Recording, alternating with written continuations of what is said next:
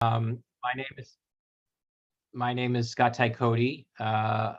Many of you may know me from clinic. I'm a medical oncologist here on our campus, Seattle Cancer Care Alliance, University of Washington, Fred Hutch Research Campus, where I see patients with kidney cancer and participate in clinical research on our campus. I'm delighted to be part of this program, our Kidney Cancer Patient and Caregiver Educational Symposium. And as just a little bit of background, this is an annual event we've hosted since 2015. Many of you, I suspect, have participated in previous programs. And it's a great joy for me and my colleagues to have a chance to meet with patients and caregivers and talk about what we do every day. And those that have participated in past years know this was an in-person event until 2020 and the pandemic. And in fact, in 2020, given the upheaval that year, we delayed and ultimately canceled the program, but we've retrenched, and the last 2 years it's been a virtual program. And I think we're all getting very familiar with the Zoom approach to getting together. And in all honesty, it gives us more flexibility and the ability to ask folks to participate that aren't here locally in the Seattle area. And so I think today's program certainly reflects many speakers that are coming to join us from all around the country, and perhaps even some participants from areas outside Seattle that wouldn't have the chance to participate. So we're very excited. This is our 7th conference. By way of housekeeping, let's just look at the reminders for folks before we dive in. So today's program will be recorded, and that means it will ultimately be posted, and the chance to review the content of speakers at a later time point at the SCCA web portal. There's no video option for the audience, so if you have questions for speakers, please use the chat function. And we will try and keep an eye on that and forward on questions to our speakers as we go through the program. There'll also be an opportunity at the very end for an open question session with myself and with Dr. Gore. So if you think of something and you want to ask that, you'll have an opportunity at the end as well. If you accidentally cancel out of the Zoom meeting, just go back to the link and you'll get back into the meeting. And again, content will be posted at a later time point as well. So let me transition and introduce my co-host. Also, I think many of you probably know, Dr. John Gore is a professor in urology here at the university, and also the Jesse H. Bridges Endowed Professor in Prostate Cancer Research at the University of Washington. So Dr. Gore, take it away. Thank you, Dr. Tykodi. Wonderful to see everybody this morning. What we found in doing this as a virtual event is that we're able to reach and engage an even larger population of patients, caregivers, advocates, those interested in kidney cancer. So thank you everyone this morning who's attending. I'm a urologist and surgeon that specializes in kidney cancer. And I'm really delighted to start our program this morning. Every year we take your feedback on aspects of the program that you guys really enjoyed or found more educational or informative, and try to incorporate that as best we can into the agenda for the educational symposium. And we have a really terrific agenda this morning. We're going to start by hearing some of the advocacy experience around kidney cancer and support group experience around kidney cancer. And I'm really delighted to introduce Bryan Lewis. Bryan Lewis is the president and co-founder of KidneyCAN, which does tremendous work on advocacy and support for patients with kidney cancer. And at this point, I would like to hand it over to Bryan. Great. Thank you, Dr. Gore, and thank you, Dr. Tykodi. Is my audio working okay? Thumbs up? Yes. Okay, great. Thank you. It's a pleasure to be here. It's an honor. Dr. Tykodi and Dr. Mckay and others, Dr. Gore, have all participated in our advocacy events, so we really appreciate that. I'm going to try to share my screen. I have to admit up front that I'm technically challenged, so let's see if I can do this. Let's see. How about try this? Let's see, how about that? Is that working? You We can see your slides, but it's not in presentation view. Presentation mode. Okay, thank you. How about, let's try this. How about now? Good? Yep, that works. Okay, great. Great. Well, thank you, everybody. Appreciate the opportunity to spend a few minutes telling you a little bit about KidneyCAN. Let's see if I can figure out how to push this button here. Just one second. Pardon me. Shrink that. Okay, here we go. Let's see if I can just do this. Okay, I'll try this. Sorry about that. So I'm Bryan Lewis. I'm the president and co-founder of KidneyCAN. I'm a husband and father and a kidney cancer survivor. Here's Dr. Gennady Bronslavsky. He was my surgeon savior at the NIH back in 2007, and I've been following up with him and others at Fox Chase over the years. He's now the head of urology at upstate New York. Wouldn't be here without him. My disclosures, KidneyCAN receives support from a number of pharmaceutical companies, as well as hundreds of kidney cancer patients and caregivers and family members. I'm an advocacy representative for the NCCN guidelines and also for the Consortium Development Award. I'm on the board of the IKCC and a lobbyist. So today's topics, I'm going to go first with our mission and talk for a few moments about that. And then I'm going to jump forward to where we recently have been doing a lot of work in supporting patients and education. And then I'm going to go back and tell you the beginning of the story. So I'm sorry for a little bit of out of order, but I hope it'll make sense when we're done here.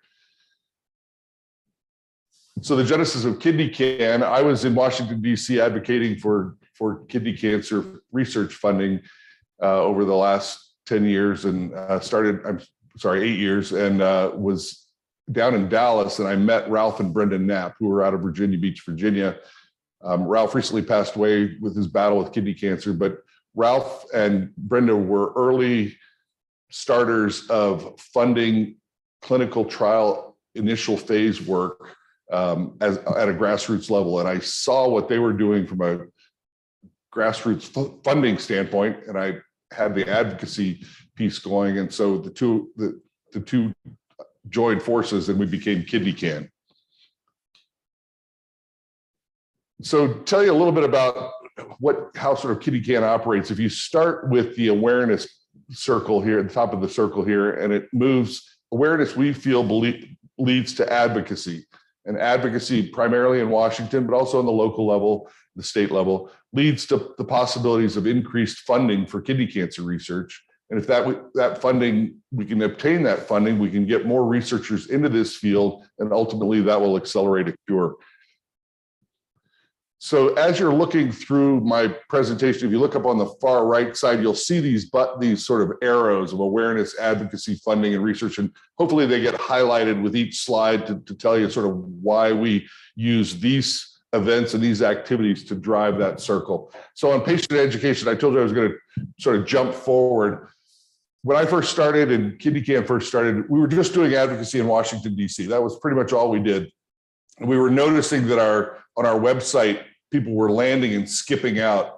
And our hypothesis was it was probably people looking for information right now. They didn't really need to hear about advocacy. They needed to hear about treatment and options right now. So we embarked on creating more patient education support, and you'll hear from our colleagues at the KCA and others. They're doing a wonderful job at this. We just wanted to not lose people that were coming to KidneyCAN for information. So we built this over the last year and a half. We have a patient resource center that, if you have time to take a look at, talks about building your care team. It talks about treatment and diagnosis. It talks about living well with kidney cancer. So if you have a moment, take a look at that. Also, what we've been doing is, sorry, my forwarding button is not working. Oh, here we go. Sorry. So we're also doing some town hall events. What we decided is we wanted to get some experts and ask questions to these experts. And so coming up next week, if you look on the right there, we're always an option clinical trials. We're having Dr. Rayna out of Vanderbilt and Dr. Plimak out of Fox Chase. We're going to talk about the basics of clinical trials. It's always an option, but there's a lot of language and semantic and nuances around clinical trials. We want to try to bring those out. And so we're having folks from around the country register and ask questions, and we'll present those questions to our experts.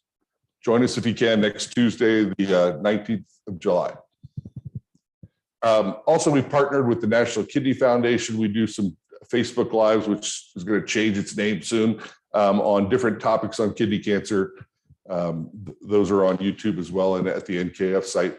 Want to highlight this organization if you haven't heard about them. It's called Smart Patients. It's a closed kidney cancer community. You have to register and you have to get vetted to get into it. Don't allow any political speech. They don't allow a lot of, it gets monitored, but it has a great opportunity for you to ask really tough questions in a closed environment of your fellow kidney cancer patients and caregivers and get really good feedback. So if you haven't had a chance, take a look at Smart Patients. And now I'm going to shift over to advocacy. So how does kidney cancer research happen? And we know it takes people. It takes a lot of people. But it also takes a lot of money. There's a lot of testing. There's a lot of information that has to be gathered. There's a lot of approvals that need to be taken. The FDA new approval drug process can take upwards of 7 to 10 years. Sometimes it can be shortened, but usually it's quite a long time between the initial basic research, the translational research, and ultimately the bedside therapies that come out of that. And so we were looking at kidney cancer. We realized, and this is the American Cancer Society from 2018. If you look at the grants on the far left, breast cancer had 162. Come all the way over, you see kidney cancer only got 13. That's sort of emblematic of what's going on in the United States in terms of kidney cancer research. But this was several years ago, and that landscape has started changing. And so we started going up on the Hill, and we've had a cooperation with a number of groups that have been sending delegates. We've done it both virtually and in person. We hope to get back to in person in the future, in the near future, but right now we're still in a virtual component. And so we have what's called district days that's coming up, and I'll talk to you about that in a moment. But so far advocacy works because in 2016, we had $0 for kidney cancer research. We got 10 million in 2017. And we've grown that now to 50 million. And we're trying for 60 million. We haven't gotten there yet, but we'll see. And we can use voices that hopefully are listening in today and maybe pitch in to get us to 60 million. So what? What does all that mean that we got all this money? Well, we realized when we started talking to these folks that were receiving these awards that they weren't necessarily talking to one another. And that wasn't intentional. That was just the way research is a lot of times. You get into your laboratory, you get in with your team, and you start doing your work. And you don't get an opportunity a lot of times to share with your colleagues around the country, around the world.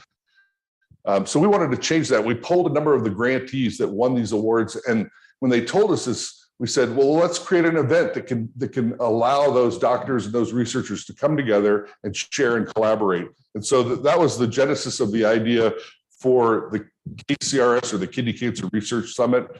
It's going to be held, our fourth one is going to be held this October. We were fortunate enough to have Dr. William Kaelin attend a couple of years ago, and we expect to have about 140, 150 people there this coming October.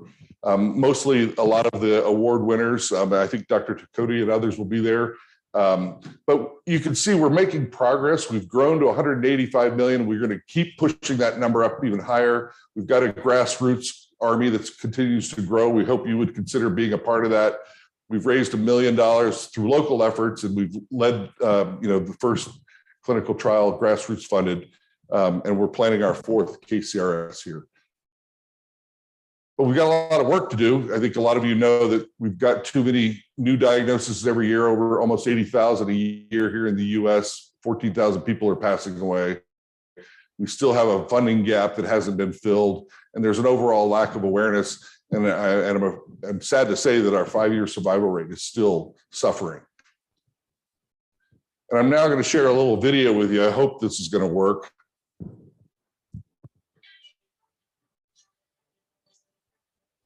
KidneyCAN is a nonprofit organization with the mission of putting an end to kidney cancer. We want to accelerate a cure. We do that by focusing on advocacy, research, and patient education. Advocacy Day is our attempt to bring people from across the country, a small grassroots army, if you will, of kidney cancer stakeholders, and we bring them together, we train them, and we talk about the issues, and we all go up to Capitol Hill and meet with our elected representatives. What we want to do is not only just raise awareness, but raise the funds for research. It is an opportunity for someone to, at a higher impact, talk with congressmen, senators, and their staff in regards to funding for cancer research, specifically kidney cancer research. While this year will look different as we connect via Zoom with our elected representatives, the mission remains the same. We engage and educate policymakers on the needs and the urgency around kidney cancer research. I'm really looking forward, once again, hoping to make an impact in research funding for kidney cancer. And this is one way that I can contribute. We have found that these days have been very productive in getting the attention of Congress. We're advocating for an increased funding of the NIH, the National Institutes of Health, as well as through the ACRP, Kidney Cancer Research Program. The advocacy has paid off. We got involved and helped that line item grow, and we hope it continues to grow in terms of the dollars dedicated specifically to kidney cancer research. No experience necessary. That's our tagline. We give an entire toolkit to the advocates, so they're ready to go. And it even has a script that they want to use it. We put some scientific information in there that's not real in-depth. We give a lot of facts and figures. And we give some do's and don'ts. These people are wonderful and they help you through everything. And we need you. Your voice counts. Your story is important. We hear repeatedly the congressional offices, everybody's touched by cancer in this country. And so you can make a connection, tell your story, tell what's going on, and advocate for our position. So much more work needs done. Somebody's got to do it. The more voices, the more awareness, the brighter the future.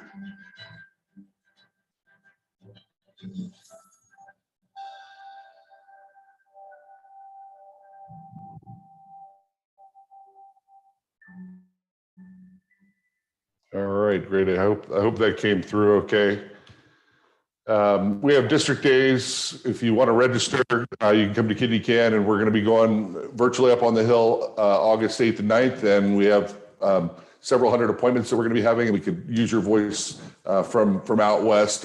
Senator Patty Murray is extremely influential in the Health and Human Services area. We've got a lot of champions in Derek Kilmer from out there. Others, we could really use your help just to continue to hit home on the importance of funding for kidney cancer. So thank you for the time. Thank you, Dr. Gore. Thank you, Dr. Tykodi. Appreciate the opportunity. Thank you so much, Brian. We do have just a couple minutes if anyone had any questions for Brian. But if not, I'm delighted to move on to our next speakers. We're lucky to have Julian Archimura joining us today, as they have actually every year since the inception of this educational program. They lead our local kidney cancer patient support group and do a fantastic job helping men and women newly diagnosed with kidney cancer, those navigating the challenges of kidney cancer survivorship. It's a wonderful group that both Dr. Tykodi and I have been lucky enough to participate in. And so we're delighted to have you this morning.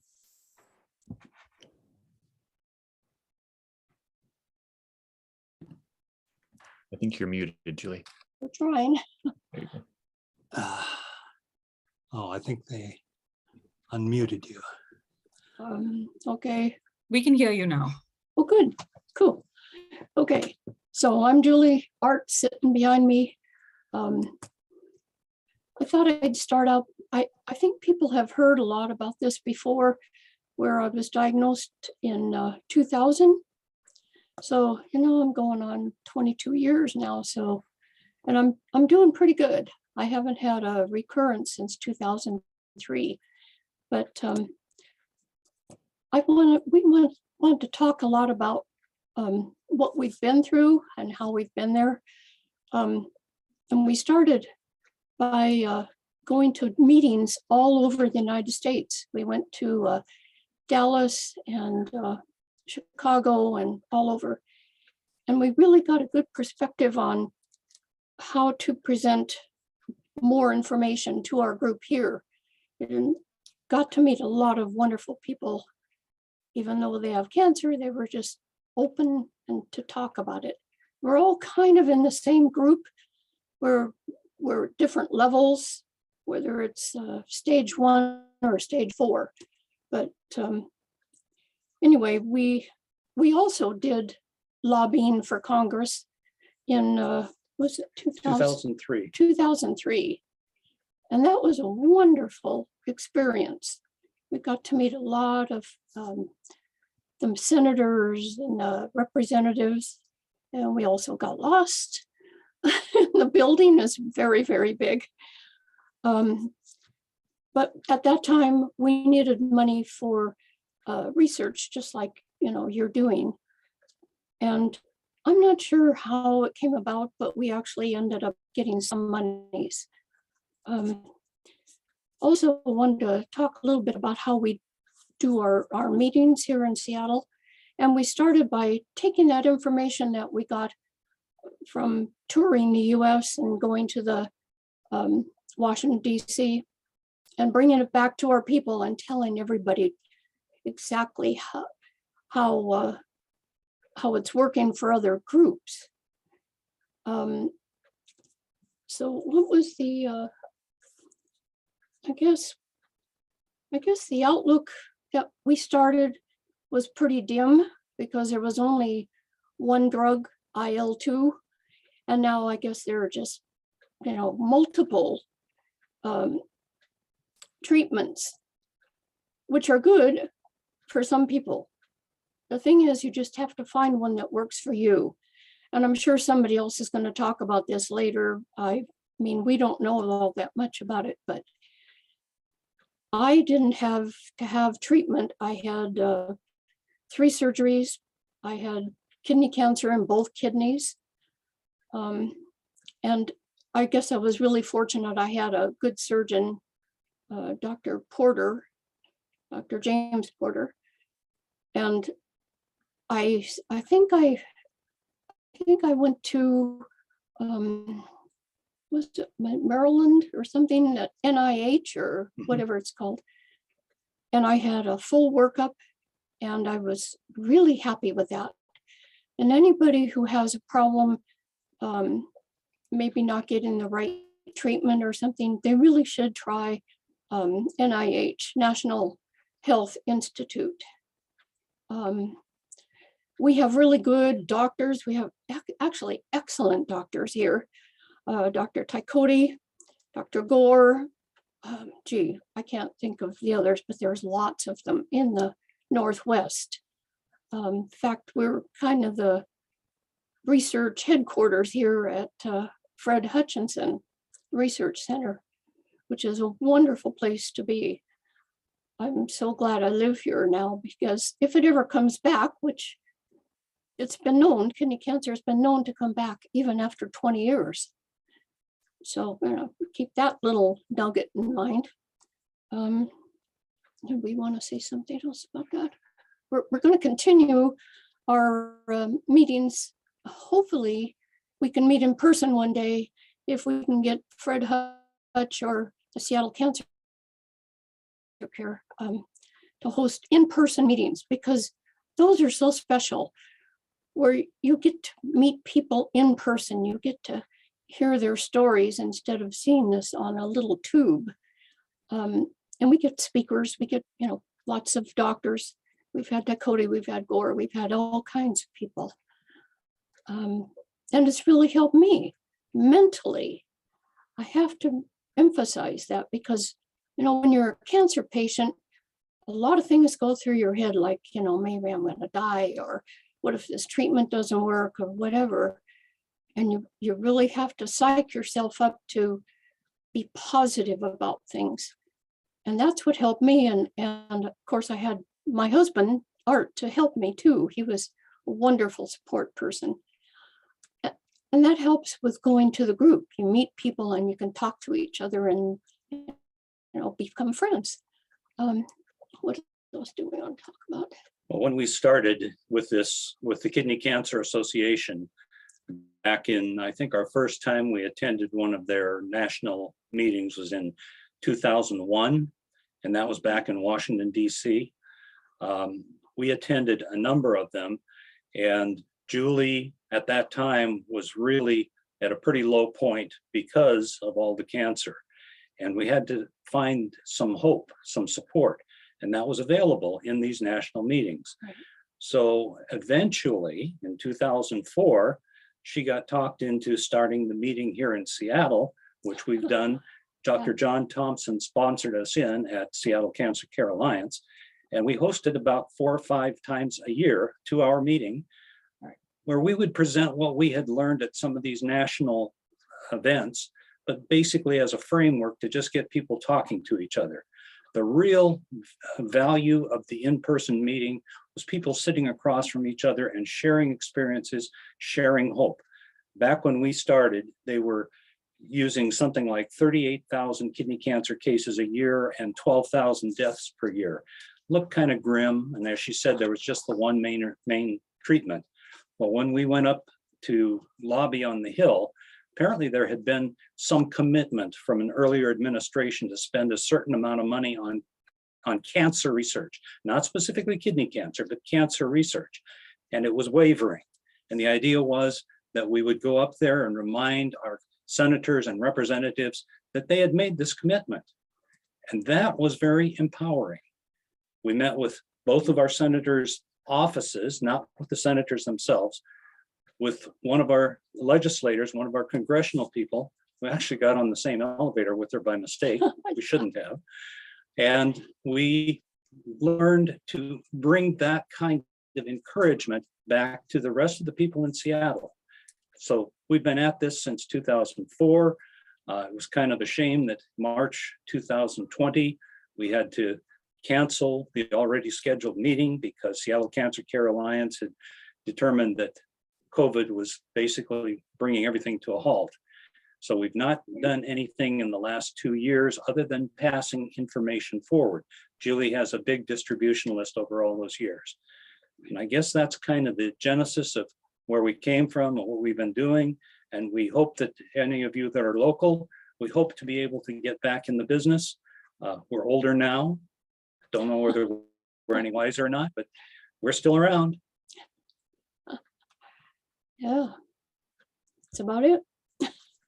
And we're lucky to have you. Thank you guys for everything that you do for our local kidney cancer community and more broadly. Any questions for Julie and Art? So in the chat, if you do post, you can direct it to the hosts and panelists, but I'm not sure if everyone sees that. So I'll try to redirect it to the whole group. I want to invite our last speaker before our keynote speaker. And Radha Chitale is from the Kidney Cancer Association, who has a longstanding history of support for this event and obviously a number of other educational events. Does a fantastic job engaging the community of researchers and clinical experts in kidney cancer, and we're delighted to have you with us this morning.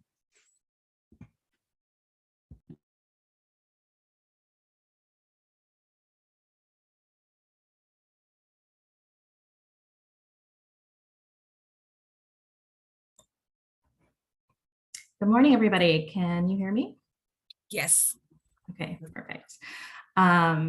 My name is Radha Chitale. Thank you for that introduction. I am the communications director at the Kidney Cancer Association, and I am going to talk you through some of our support offerings, ways we engage with people in the community, and ways you can get involved. Art and Julie, I'm so pleased that you guys are able to find support through the KCA at the time that you did. It predates me, but it's really heartening to hear about it. And I think we've all come a long way since then, as you'll see. So the KCA, actually, we just celebrated our 30th anniversary in 2020. And founded back in 1990, literally around someone's kitchen table. And with the vision to bring patients, doctors, caregivers, the entire community together to kind of lead the way in finding a cure for kidney cancer. And we try to do that, committed to doing that in kind of 4 key ways, which are supporting people who are impacted by kidney cancer, providing education, supporting research, and advocating for the kidney cancer community as a whole. I'm going to discuss all of our support programming in just a second. As far as research, we fund a grants program every year.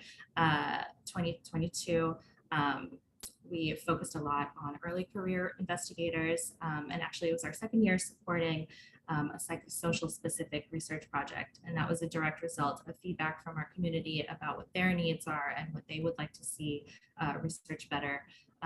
The program opens up every spring, and winners are announced every fall, and we're excited to see what the next class of winners is going to be like. As far as education, we have two symposiums, once in the spring, once in the fall. These are for HCPs to kind of gather, learn what is happening in the field, network with each other as a way to communicate and promote, accelerate scientific advances. And then we do our best to participate in advocacy events. We're active in legislative advocacy efforts, encouraging federal kidney cancer funding through mechanisms like the Department of Defense, the National Institutes of Health, and the National Cancer Institute. We're a member of the Defense Health Research Consortium. We've participated alongside KidneyCAN in their advocacy days. And we do our own kind of letter writing weeks where we just encourage people to get in touch with their local representatives, their senators and their congresspeople. We have a portal on our website where you can find kind of a template letter, customize it with your personal story and share that, send that directly to a member of Congress, just as a way to let people know what about kidney cancer research funding is important to you. And actually, we're running one of those letter writing weeks next week. So I hope you'll join us for that. The Patient Navigator program is really our cornerstone program. If you get in touch with us, we'll direct you to this. It's where you can be in touch with Rosemary, who is our patient liaison, who, aside from just being an excellent listener, is an expert at connecting people with the resources that they need, whether that means learning more about the basics of kidney cancer, your diagnosis, identifying opportunities for financial assistance, finding local support services, or getting in touch with a kidney cancer specialist, which is really important, but local to you in your area. We also do a virtual patient symposium. It's kind of a day-long, half-day-long program. We just had ours in May, where experts come, chat about what's happening in the field, go over topics including diagnosis, treatment, shared decision-making, etc. But we also focus on featuring panels of patients, caregivers, people personally impacted by kidney cancer who kind of share their journeys, share their insights, and hopefully others can take away kind of nuggets from that and inspiration as well. And then our Just Diagnosed Toolkit is another cornerstone program. This was developed with that kind of critical time in mind immediately after diagnosis, where people have a lot of questions and not a lot of education about what kidney cancer is and what it means. And so this is a tool that you can use on your own, your family, together with your care provider. It really just walks you through the early stages of diagnosis through choosing a treatment plan. You can find it digitally on our website. It's also free to order a hard copy through the Patient Navigator program. A couple of other programs that we do is our patient video library. These are kind of brief answers by experts addressing common questions that people have about kidney cancer, if that's your preferred way of learning information. A ton of basic kidney cancer information on our site, including drug information, other things. This is a new program that we launched recently, a patient-assisted fund. These are unrestricted grants that people can apply for, and they're really for providing financial assistance for those expenditures that go kind of hand in hand with cancer management. Other resources that we have is Kca Connect, which is a monthly virtual support group. It meets on the last Wednesday of every month. Just register for and join us every month. And we also have an online community over at Smart Patients. A couple of additional things include things like an oncology nurse consult, nutritional support, and these are all of these things that I talked about are things that you can get connected with just going through to our website or by contacting the Patient Navigator program, and Rosemary can point you in the right direction.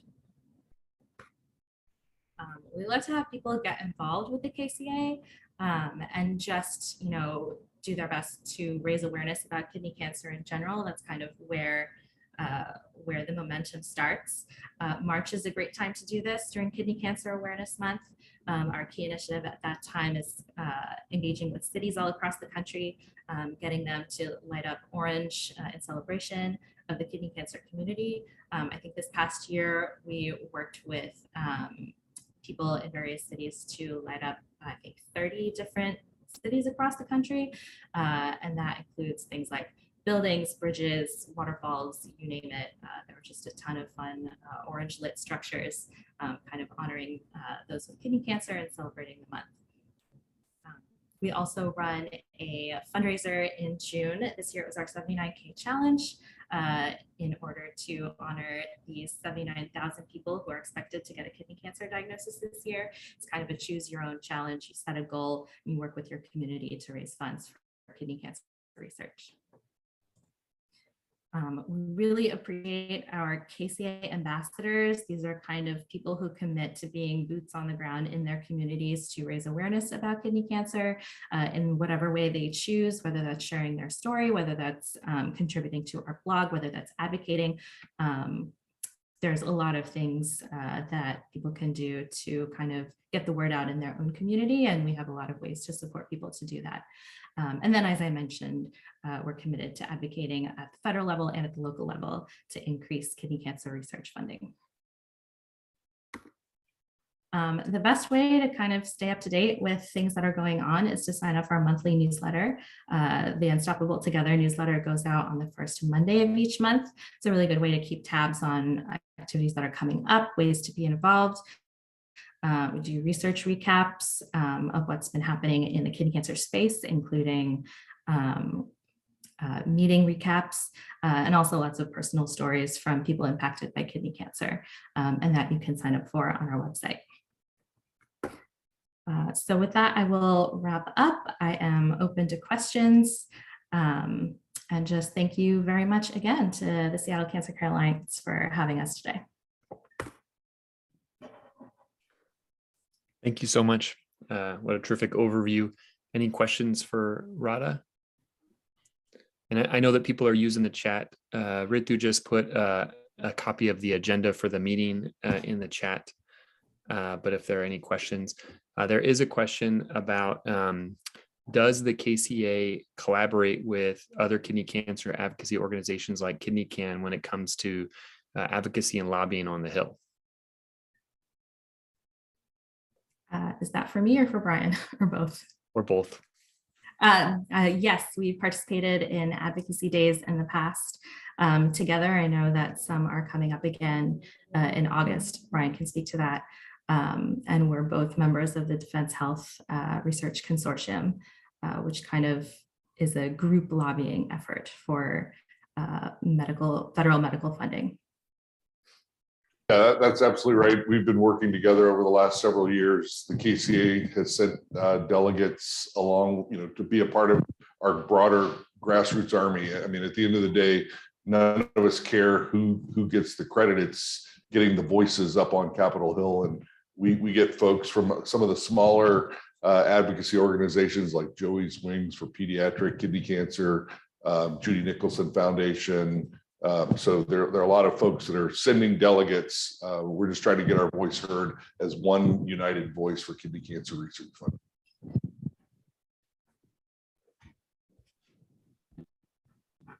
Thank you both.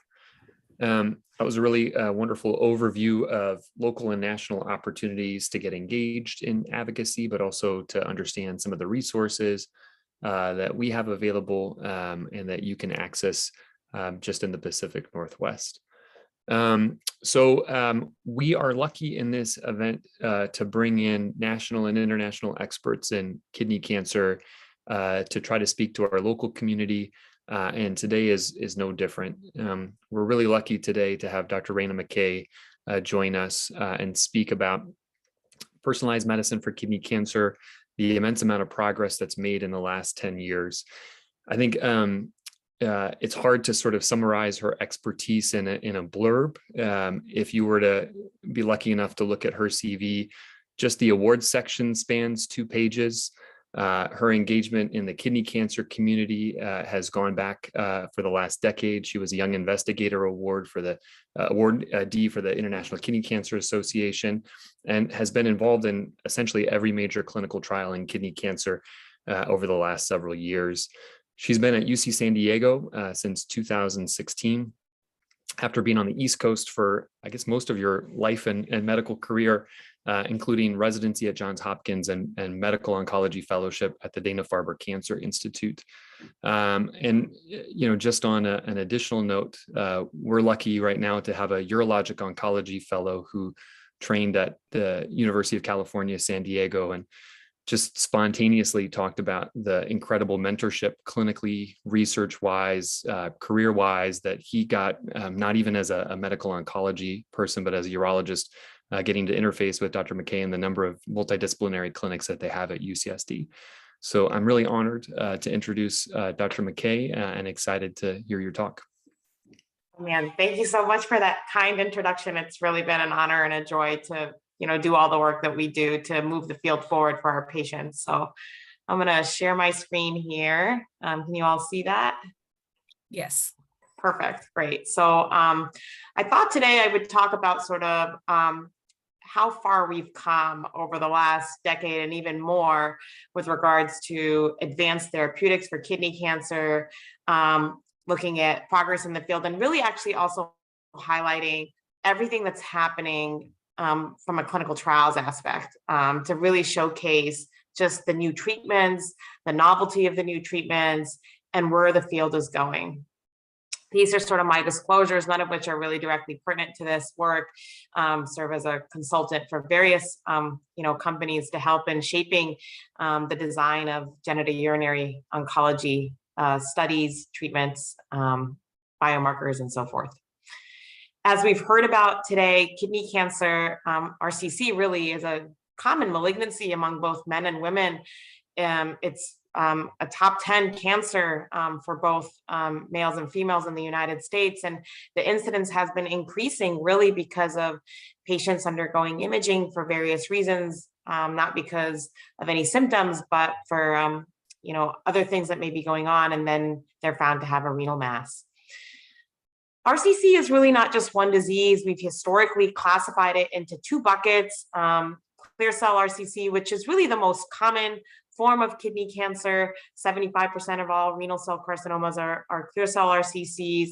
And then non-clear cell RCC, which is really a bucket of multiple different types of disease entities that each have a very unique, what we call pathogenesis, meaning there's a different mechanism for why that disease may come on. So these are all sort of unique in their own right, though historically they've all been sort of just lumped into one bucket. Later on in the talk, we'll talk about unmet needs, and unmet needs are, treatments for patients with non-clear cell RCC. Sarcomatoid differentiation, which has historically been associated with a little bit more aggressive disease onset, is present in any of these histologies, and in patients who have stage 4 disease, it's found about 20% of the time. So just broad strokes to think about how we treat this disease. Prior to 2005, as Art and Julie stated, it was really, high dose IL-2, but we've learned a lot really because of advancements in research about how this disease comes on, and identified that Vegf or Vegf targeting is a really critical component of the treatment for patients with renal cell carcinoma.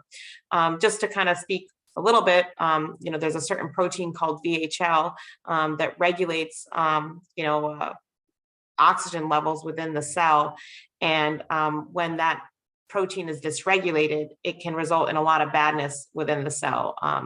This persistence of the cell surviving, growth, metastasis, and so forth. And all of these drugs here, Lumbatinib, Cabozantinib, Axitinib, Pazopanib, Sorafenib, Sunitinib, Bevacizumab, Cabozantinib, they all target the VEGF pathway in one way or another, either by blocking these receptors that are found on the cells, these little Y things here, or by blocking actually the circulating ligand here. Additionally, historically we've used Mtor inhibitors. They're not used as much in the clinic now, though they still have somewhat of a role. Mtor is another protein that's within the cell that affects the way the cell grows, and there are drugs that can block that protein. There's been a lot of excitement about immunotherapy, and immunotherapy has really revolutionized the way that we treat many cancers, not just kidney cancer. And it's almost like the chemotherapy of the 21st century type of thing. But it's really revolutionized the way that we treat the disease. And the way that a lot of these immunotherapies work, they're called checkpoint inhibitors. There are certain sort of breaks that a cancer cell will elicit on the immune system. And these immunotherapies basically turn off the brakes to allow the immune system to be able to fight the cancer. You can see this little purple thing over here. I'm hovering over it with my mouse, and when it engages with this other purple receptor on the RCC cell, it kind of quiets down the immune system to be able to fight the cancer. But when we block this interaction and these interactions here, it can allow the immune system to recognize the tumor. And so the treatment landscape for metastatic RCC, as we've alluded to, has really just over the last, over a decade, a lot of new drugs have entered into the treatment landscape. Initially, we started with single agent VEGF pathway targeting drugs. And then in 2015, that's when the first immunotherapy was approved for kidney cancer, nivolumab. And then we start to see newer kind of drugs that are better, tyrosine kinase inhibitors. These are the drugs that block VEGF, cabozantinib, lumbatinib.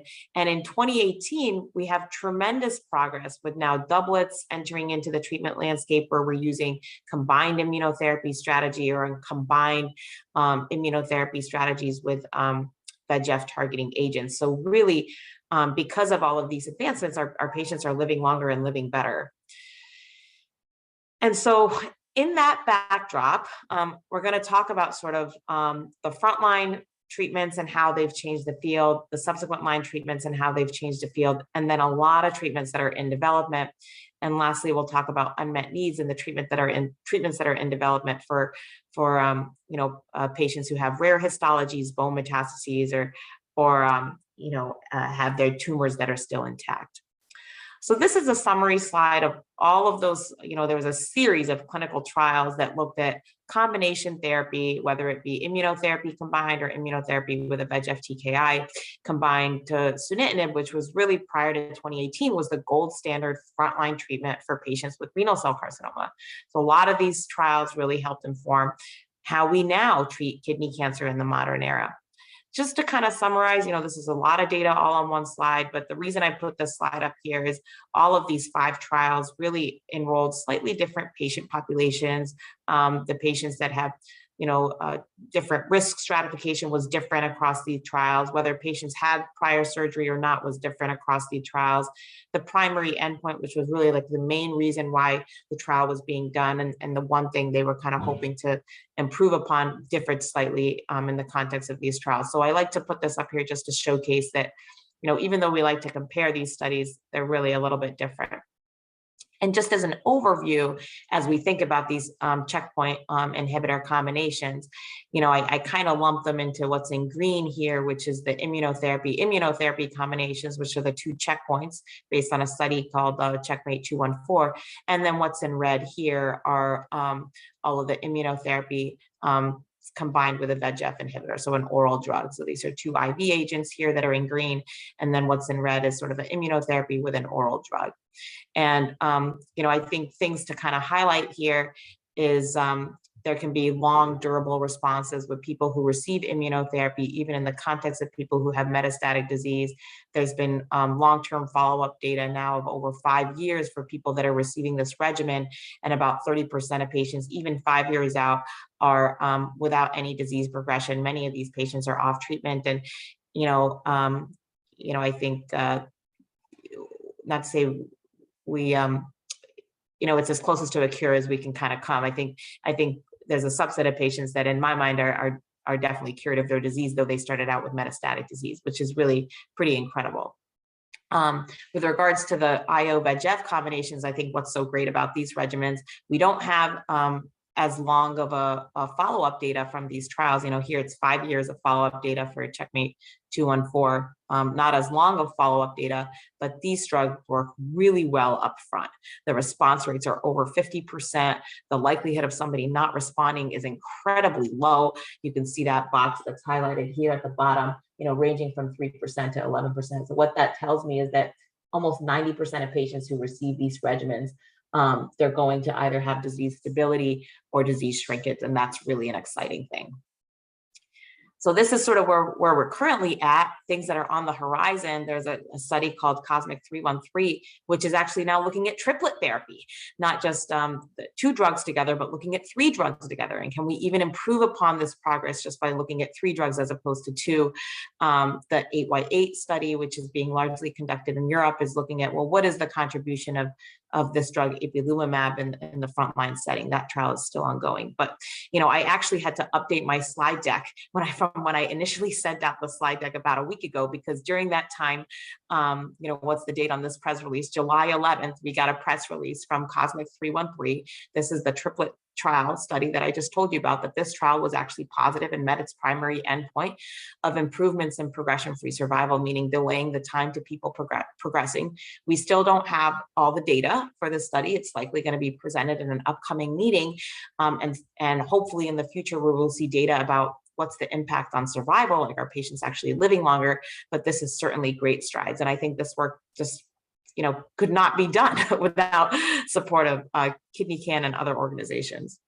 Other trials that are on the horizon, the Pedigree trial, I have to highlight. This is a trial that's being conducted through the cooperative group with the principal investigator Tian Zhang, really looking at what is the contribution of the doublet of nivolumab plus cabozantinib once patients finish doublet immunotherapy together. So this is basically another trial that's looking at an escalation strategy for people with newly diagnosed disease receiving immunotherapy. How can we improve upon what we're already doing? We know that cabozantinib works. If we integrate it early on, how can we improve on outcomes? This trial is currently enrolling patients across the United States. So that was frontline. So we talked about, this is how we treat patients who are just newly diagnosed with more advanced disease that need systemic therapy.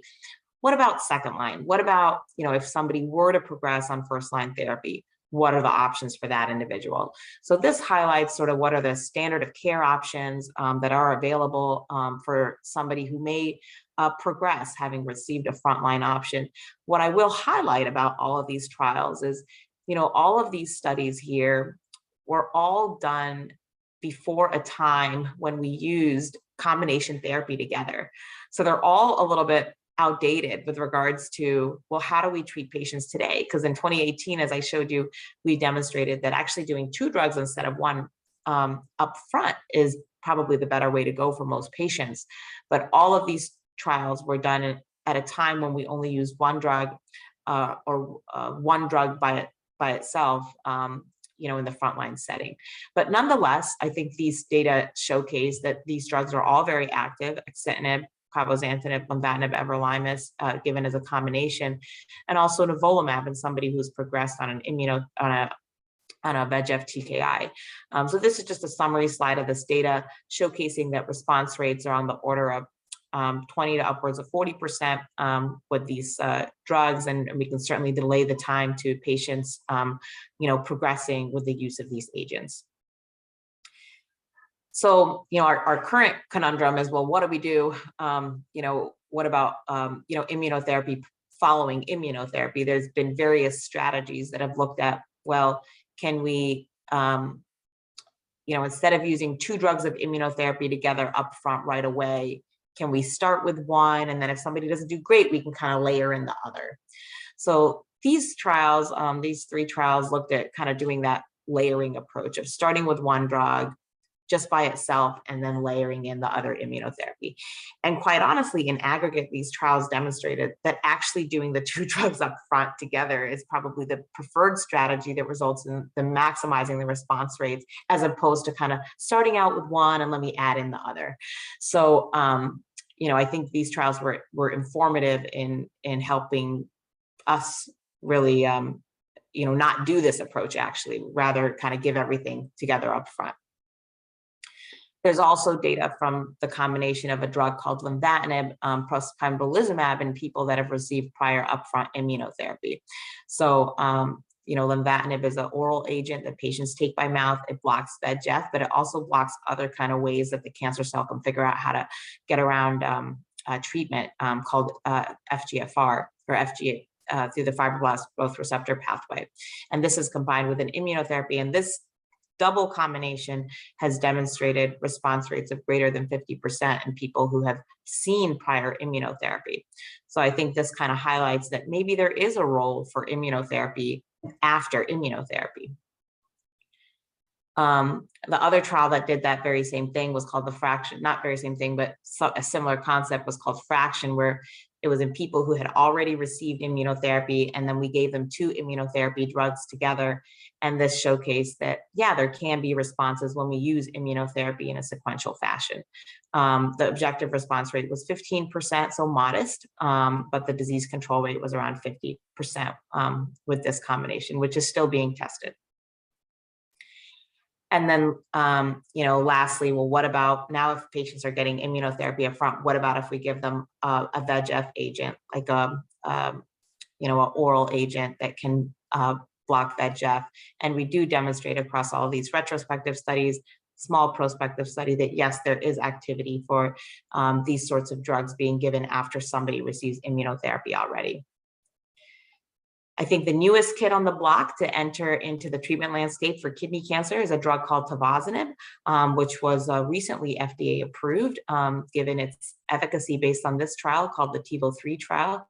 So this trial looked at this drug after people had received multiple different kinds of therapies, immunotherapy, VEGF therapy, and demonstrated that this drug, improved responses and also improved delayed the time to somebody progressing. And it showed activity even in people who had received prior immunotherapy. So that's a new agent that is available. It's probably one of the most better tolerated TKIs that's out there, but was recently FDA approved for use. All right, so what are other combinations that are kind of being explored? There's the combination of cabozantinib plus atezolizumab in the second-line space. So again, it's looking at that strategy. And if somebody had received immunotherapy, can we do the 2 together? This specific trial looked at this combination in the frontline setting, demonstrated a signal of efficacy. And because of this study called the Cosmic 021, it resulted in the launch of this study here called CONTACT-3. And CONTACT-3 is a very large trial that's already completed accrual that's testing, how do we escalate therapy in the second line setting? How do we do 2 drugs, cabozantinib with an immunotherapy compared to 1 drug alone second line? So hopefully within the next year or 18 months, we hope to see some results from the CONTACT-3 trial. And I think this is going to be a trial that more accurately represents the modern era for what people are receiving frontline, how to better treat them in the second line setting. Similarly, a trial called TiNivo-2 is looking at the combination of immunotherapy plus a drug, that same drug that I just told you about, Tivozanib, that was recently FDA approved, compared to Tivozanib alone for people that had already seen immunotherapy. So there's a lot of trials that are being designed with escalation strategies in the second line setting. So now we're seeing, triplets being explored frontline. We're seeing doublets being explored second line. We're kind of beginning to move away from monotherapy, though there still is a role for monotherapy, but a lot of these studies are testing combinations, and can we do better with combinations?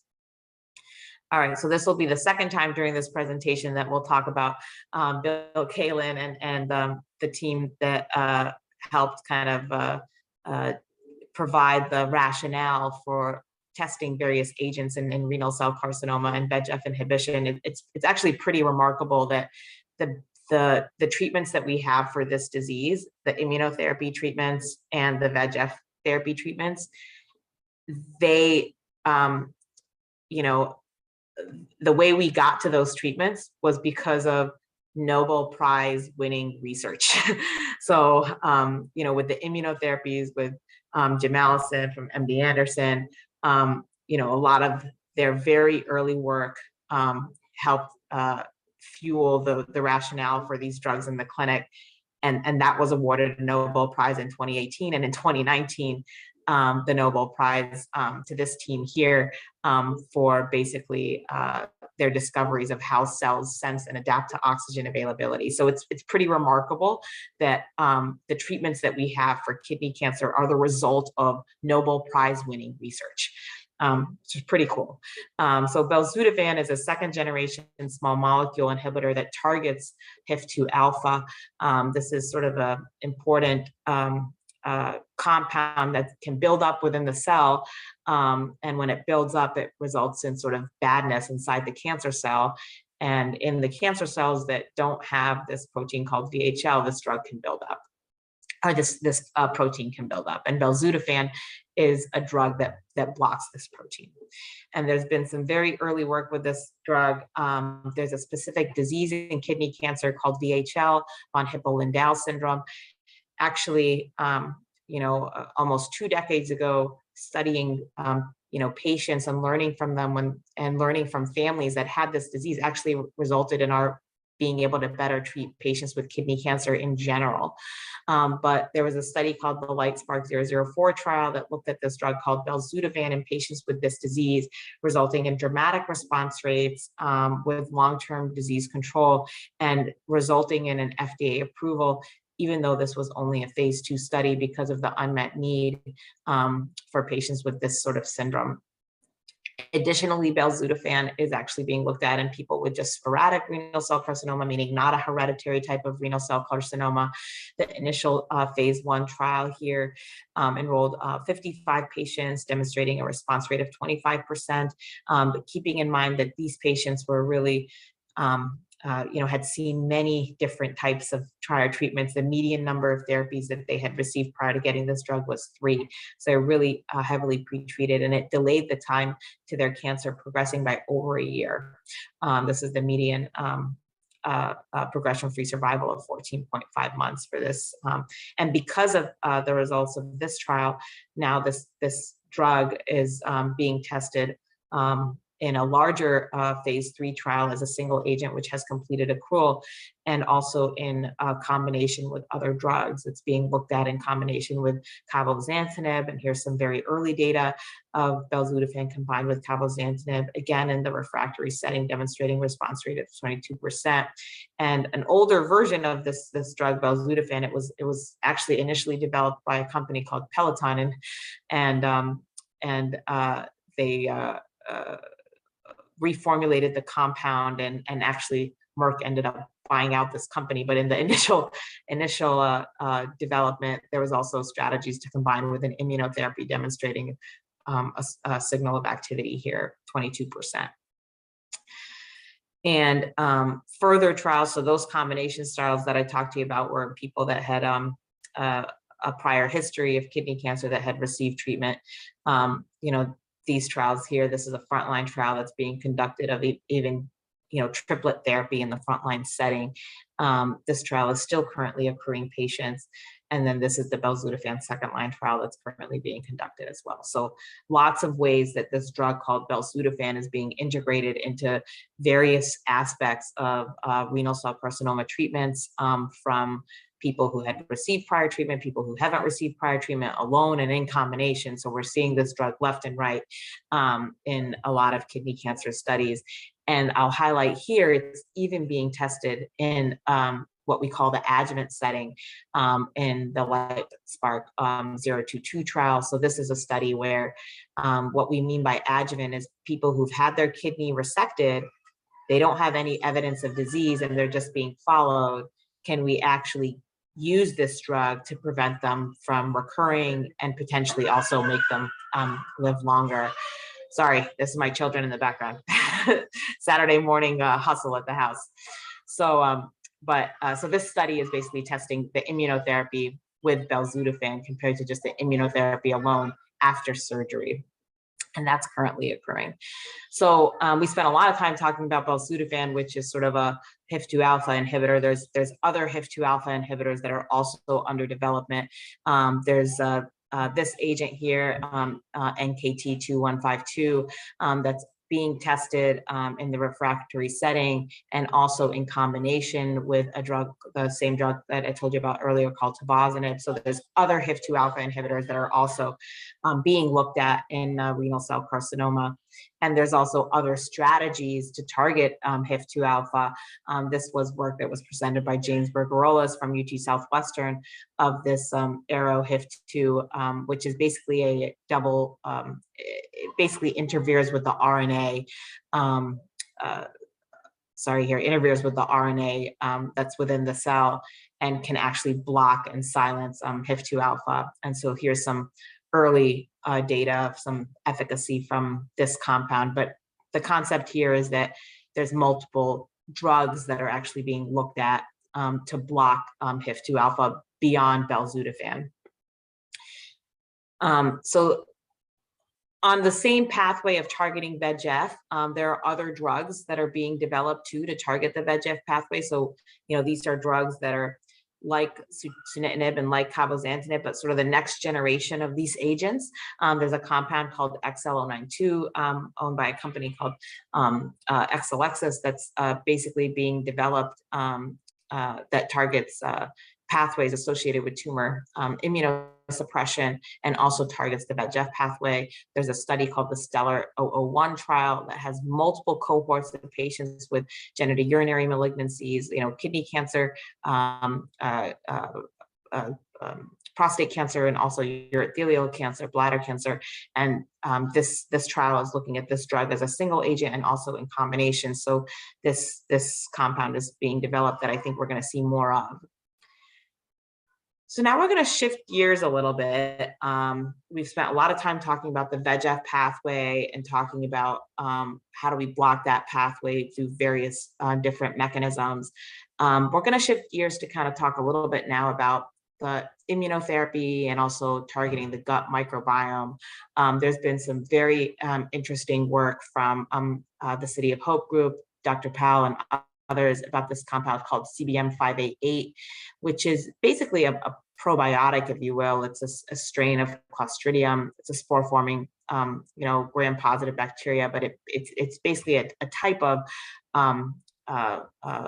microbial probiotic. And we've heard about the impact of the gut microbiome and its ability to influence response to immunotherapy. This was a landmark paper that was published in Science that demonstrated that, yes, the gut microbiome can impact and affect somebody's ability to respond to immunotherapy.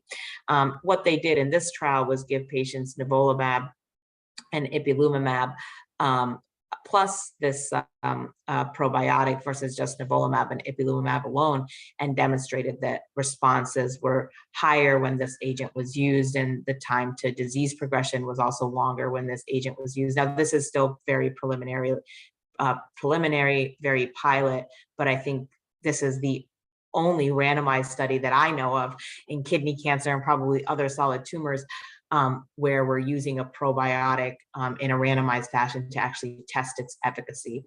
So, there's another trial that this group is also now leading, looking at the combination of nivolumab plus cabozantinib plus CBM588 versus nivolumab cabozantinib alone. And this trial is currently ongoing, and we'll look at what's the utility of this agent combined with these two drugs.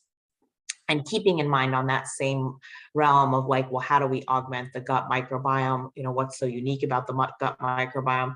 There's actually been studies that have looked at fecal transplantation, certainly in melanoma. Now, this is very early, very preliminary, but just goes to show sort of the scope of what's in the field. There's actually currently a phase 2 study that's ongoing in patients with kidney cancer, looking at fecal transplantation, augmenting response to immunotherapy.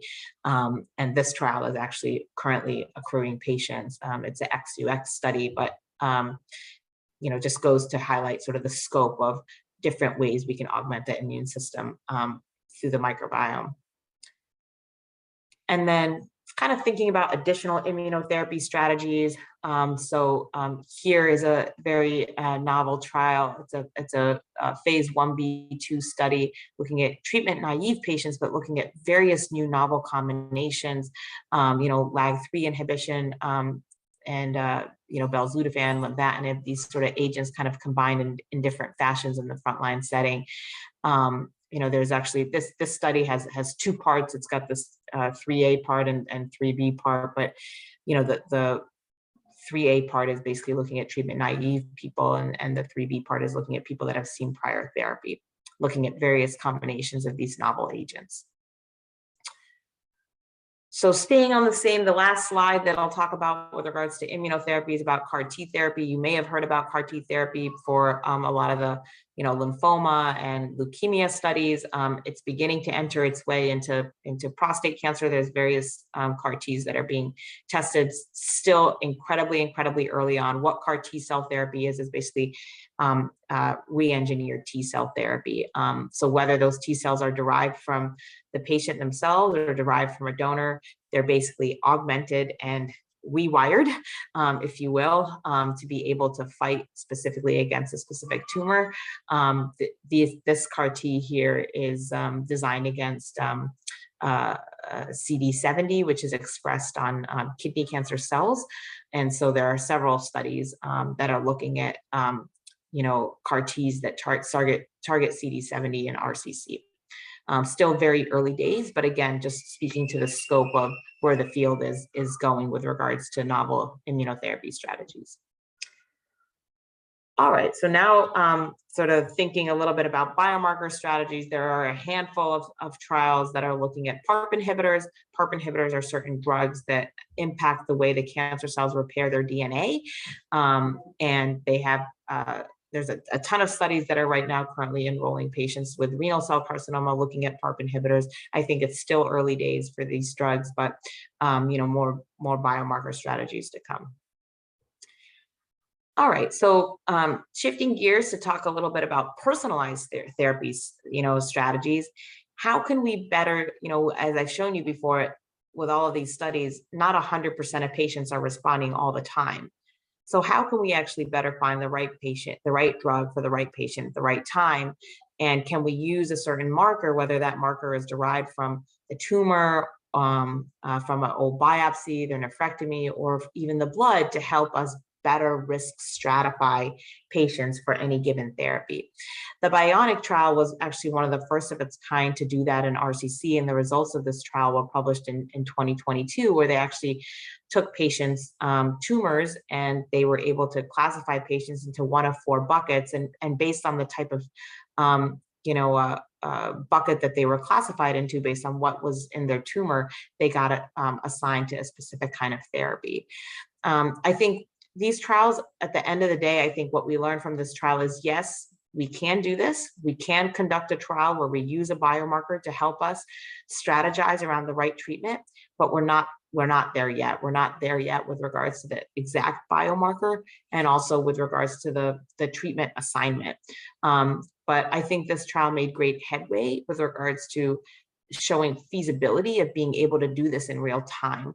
Because as you can imagine, getting the tissue sequence, getting patients allocated to the right arm, there's a certain lag time that's associated with that. And what you don't want to do is delay somebody's treatment by 3 months while you're waiting to do all of this work. But what this trial showed is that we can actually do this in real time and allocate patients based off of a biomarker strategy. And this biomarker uses what we call, RNA, which sometimes can be a little bit more difficult than DNA per se for allocation of patients onto a treatment arm.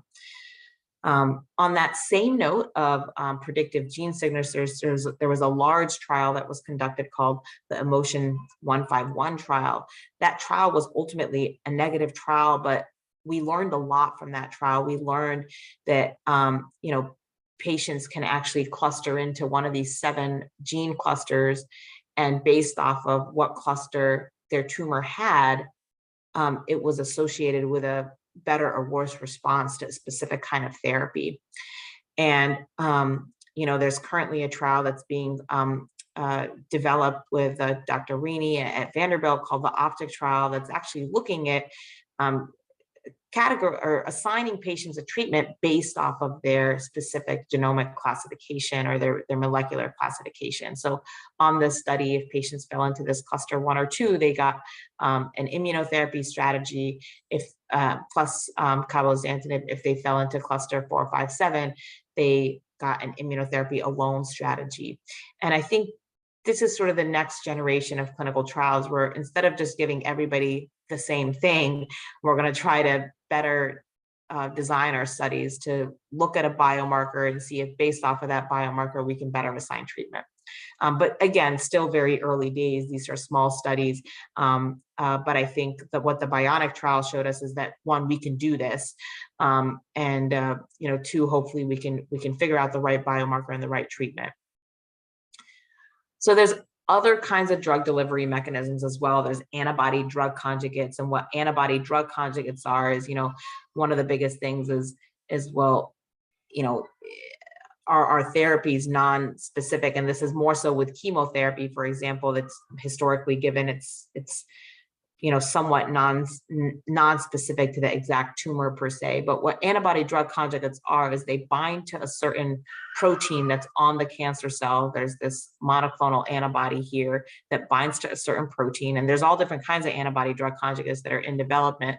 This one that's being developed in kidney cancer binds to cadherin 6, and then there's a linker, and linked to that monoclonal antibody is a immunotherapy, or not an immunotherapy, chemotherapy, a payload. So you've got this, Y monoclonal antibody here. It gets into the body, binds onto the cancer cell, and then when it binds to the cancer cell, the linker is kind of cleaved or broken apart, and then the chemo is given right to that cancer cell itself.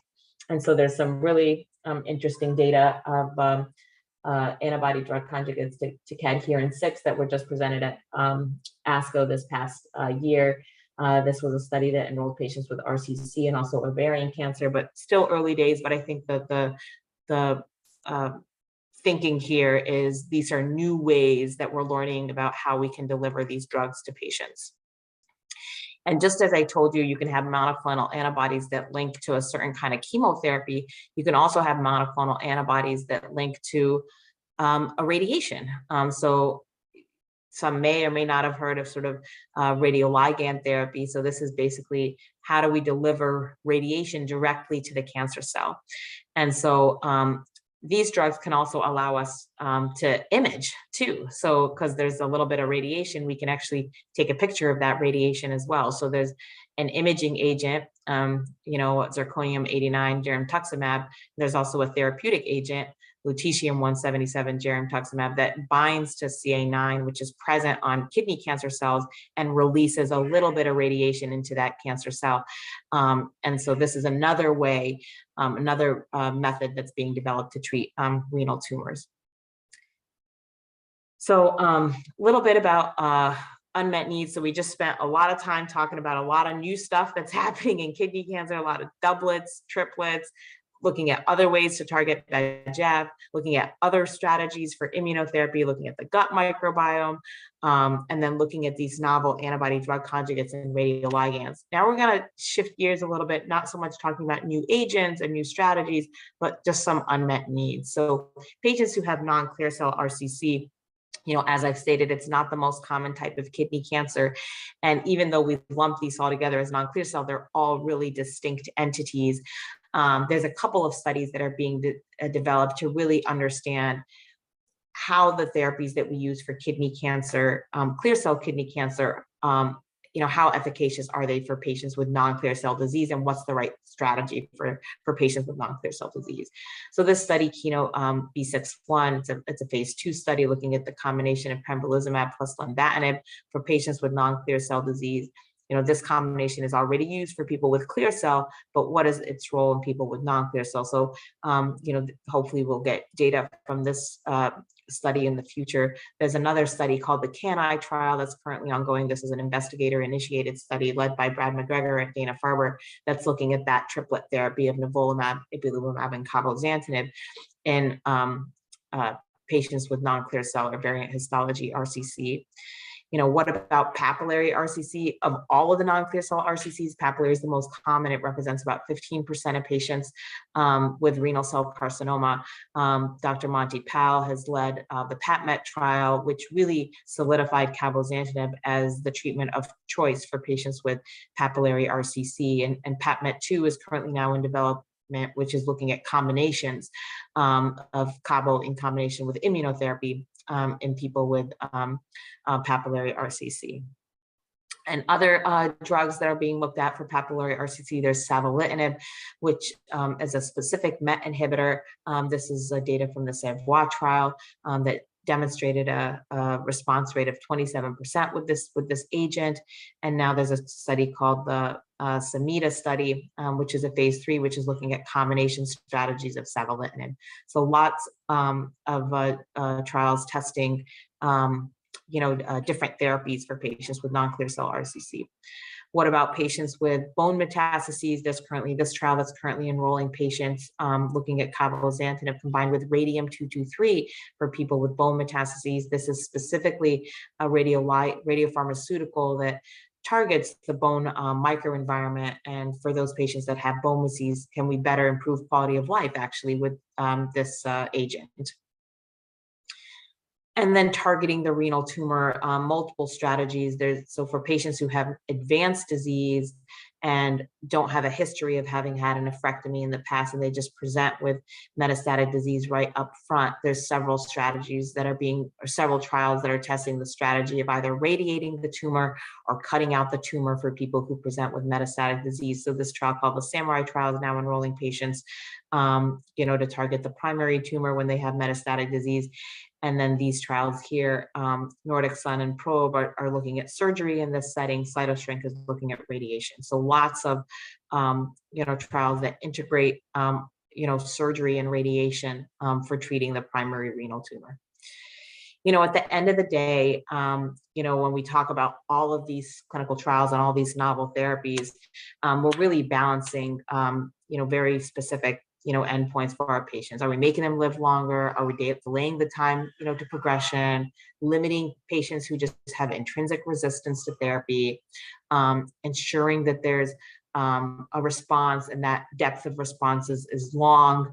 Can we have this thing called treatment-free survival where we control the disease, but patients aren't necessarily on treatment? And of course, always improving quality of life. And then the risk of some of these therapies is, the immunotherapy toxicity, the TKI toxicity, the therapies, balancing out with limited durability of response, intrinsic resistance, or no impact or decrement in quality of life. So these are all the things that we think about when we're selecting a therapy for any given patient. So I think kind of in summary, I know this was a lot of information, even for all of us in the field. The treatment landscape for RCC has really been just rapidly changing over the past decade. Now in the front line, we've got doublets. We're looking at triplets and looking at doublet combinations in both frontline and second line. In the second line setting, there's a lot of new novel therapies with unique mechanisms of action that are under development that are going to change the treatment landscape in the future. And really our goal is to continue to work towards therapies that improve survival and quality of life. So I will stop there. And that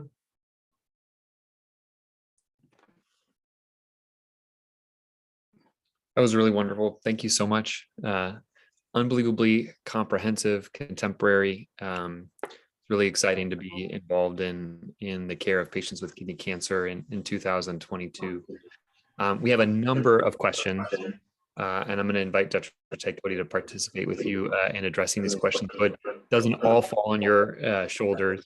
First question is, for people that are on immunotherapy with, for example, Opdivo, and have either progression or side effects, can they now switch to one of these immunotherapy drug combinations or one of the multi-combination therapy regimens that you mentioned?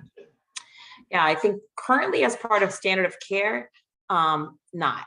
So for patients that start out with an immunotherapy and then they progress on that immunotherapy, the standard of care right now is not necessarily to continue on with doublet or to look at doublet, but there are a ton of clinical trials that are actually looking at doublets, some of which have completed accrual, some of which are still currently ongoing.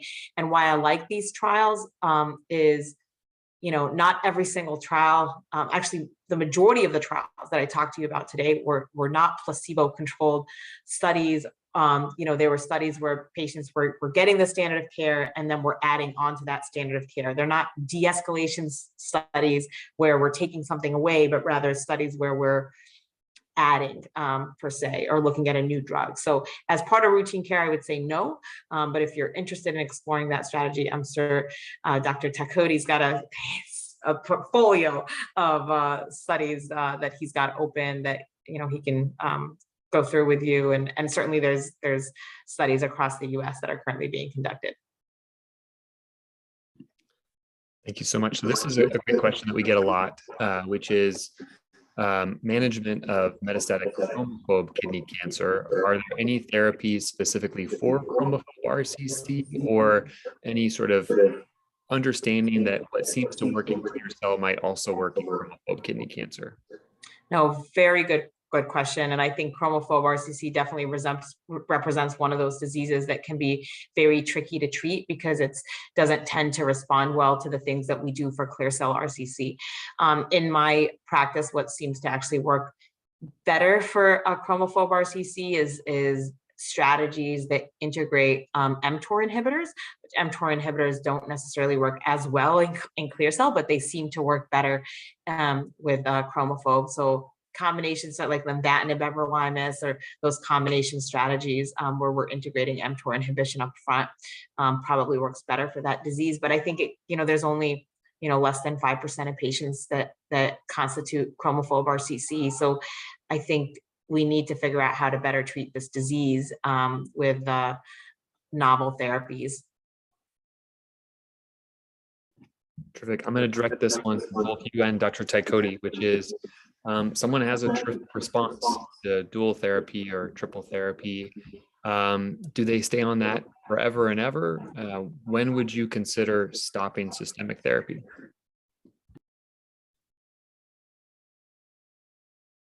I can take it first, and then maybe Dr. Tykodi can chime in. So we don't really know the right answer. I think some of the studies that were conducted with immunotherapy stopped the immunotherapy component at the 2-year mark and then followed patients. Some of those studies continued the oral agent, but just stopped the immunotherapy. I think in my practice, it's a discussion that we have with patients. It's based on what their scans show. If their scans are completely negative and there's nothing that at all looks like cancer on their imaging, they've gotten up to the 2-year mark, they're feeling well, we have that sort of discussion of saying, okay, we can stop and we can watch you closely. I think in the context of the Checkmate 214 study, there were people that stopped because of toxicity. And then they weren't re-challenged at all because they had some symptom that came on and they were, disease controlled for a prolonged period of time off therapy. So I think there's no right answer, but it's definitely a shared decision-making discussion that we have with patients in the clinic to say, okay, this is where we're at. And there isn't one answer that's going to be the right answer for any one patient. Dr. Tykodi? Yeah, it's a question that comes up certainly in the clinic. How long am I going to be on therapy? A lot of patients ask that right up front. And yeah, I agree with Rayna. There isn't usually a crystal clear answer. Looking back a little bit to an older drug class, interleukin-2, it's an immunotherapy drug. It was only given for a finite amount of time. It's not a maintenance drug. it's sort of an all or none event. And there are patients that get complete responses with that drug. And we have a lovely 20 to 30 year perspective now in patients that get treated in the 1990s.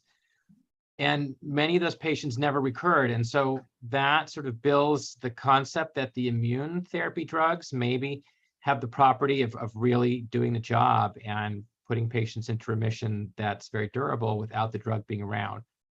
So true complete response, unfortunately, is fairly uncommon, but scans that are completely negative for cancer findings in patients that were on Ipi/Nivo, so immunotherapy alone, in our clinic, usually we stop the treatment and we just propose monitoring. The targeted drugs, even though there are rare complete responders, when you look at those patients compiled together, it looks like with time, most of those patients eventually have a recurrence of their cancer. Now, the time can be many, many years, and it looks pretty promising, but it doesn't seem to have the same durability of immunotherapy. So when you combine those two worlds together and you have a really good response on an immunotherapy plus a targeted therapy drug, I think it really muddies the water about what's going to be the behavior of that really good period of disease control. Is it going to be very long-lived, or is it finite and the cancer is going to come back? And the newer studies are the studies with the combinations, and we just don't have 5 and 10 year perspective to give patients data-based insight. So it's unfortunately, it really is a lot of guesswork about what's best, and really, a conversation with the patient and what are their priorities and what would they like to do. I certainly have no problem stopping therapy and watching if patients are comfortable with that. If they're not, we usually propose just to keep going, and that's fine too. So it winds up being a fairly individualized approach for those patients. It's a great problem to have, to be doing so well that you're actually entertaining the idea of maybe stopping therapy. So we're excited to be in that situation, that things have actually gone quite well, but we're not really sure what's the best answer. Yeah, my role on the team is often to see those patients for consideration of surgery under these really terrific circumstances. And the phraseology I always use is, I hope I'm lucky enough to get to see you again, because it means good things are happening on systemic therapy. So here's a question for Dr. Mckay. Do you foresee in your crystal ball CAR T therapies eclipsing immunotherapies in the frontline setting for metastatic kidney cancer? And follow-up question, can those two work synergistically? Well, I think in the short term, no. I think CAR T cell therapy, I think it's only beginning to be investigated in RCC. I think there's still huge barriers with regards to delivery, product development, toxicity. I mean, this is typically therapy that's given during an inpatient hospitalization. It's a protracted process to make the cells. It takes, for frontline, for example, it can take 8 weeks right now to make a product. People can't wait 8 weeks in the frontline setting. So I think in the where we are right now, I think no, but I think my hope is that technology will improve, that we'll figure out how to better administer therapies. I think that we'll get more refined in how to make the products and how to control CRS and different kind of mechanisms to account for that. But I think we're a long ways away. Perfect. So this is a question for either one of you. I'm going to direct this toward you again, Dr. Mckay, just because we have you here. Yeah, no problem. If someone has a favorable response to a TKI, does that indicate that somehow they would have an unfavorable response to immunotherapy? Not necessarily. I don't think that the two are mutually exclusive, So I think it's a balancing act. There can be patients that can respond well to both agents. There can be patients that respond well to one of the two. There can be patients that don't respond well to either agent. So I don't think that they're mutually exclusive. And then follow-up question for you. So you showed a lot of slides showing survival curves or progression-free survival curves. How do you measure time zero? Is that when they're first diagnosed with metastatic kidney cancer? your thought about maybe when the cancer started, or is it based on when you start treatment? So for all of these trials that we presented, usually the start time is when they start that new drug. So as opposed to when they were diagnosed, in all the studies, it's like we start this new drug and can we delay the time to people progressing or, increase the time to them surviving. So it's typically from time of, usually it's actually not even when they start the drug, it's when they enroll onto the trial, because there could be patients who enroll but then never get treatment, and they're actually counted in the group of people that get evaluated. So I'm going to take some inference license for a question from Robert that I think pertains to maybe tumor cell dormancy, which is what are cancer cells doing when they're not progressing? So if you have someone with metastatic disease and they have a stable PR, what is happening with the cancer cells in those metastatic lesions? Are they just waiting for you to stop therapy and then they're going to grow again? What's happening in those cancer cells, or do we not even know? Yeah, no, I think very good question. I mean, I think there are some therapies that are what we call cytal, that they actually kill cancer cells and cancer cells die. There are some therapies that are static. They don't necessarily kill cancer cells, but they kind of blunt them from growing. I also think that the way that we assess things on scans may not necessarily be actually instructive as to what's happening at the cellular level. So for example, with the oral drugs like sunitinib and the Vegf targeting agents, there can be a lot of what we call necrosis in the tumor. And we do see the cells kind of dying off, but the mass may be the same size. But, instead of being a solid, dense mass, it looks very necrotic. So I think that there's still a lot that we don't know. I think other things that I think play into effect is where is the tumor actually? Because there's this concept in renal cell carcinoma that where the tumor is actually matters with regards to prognosis.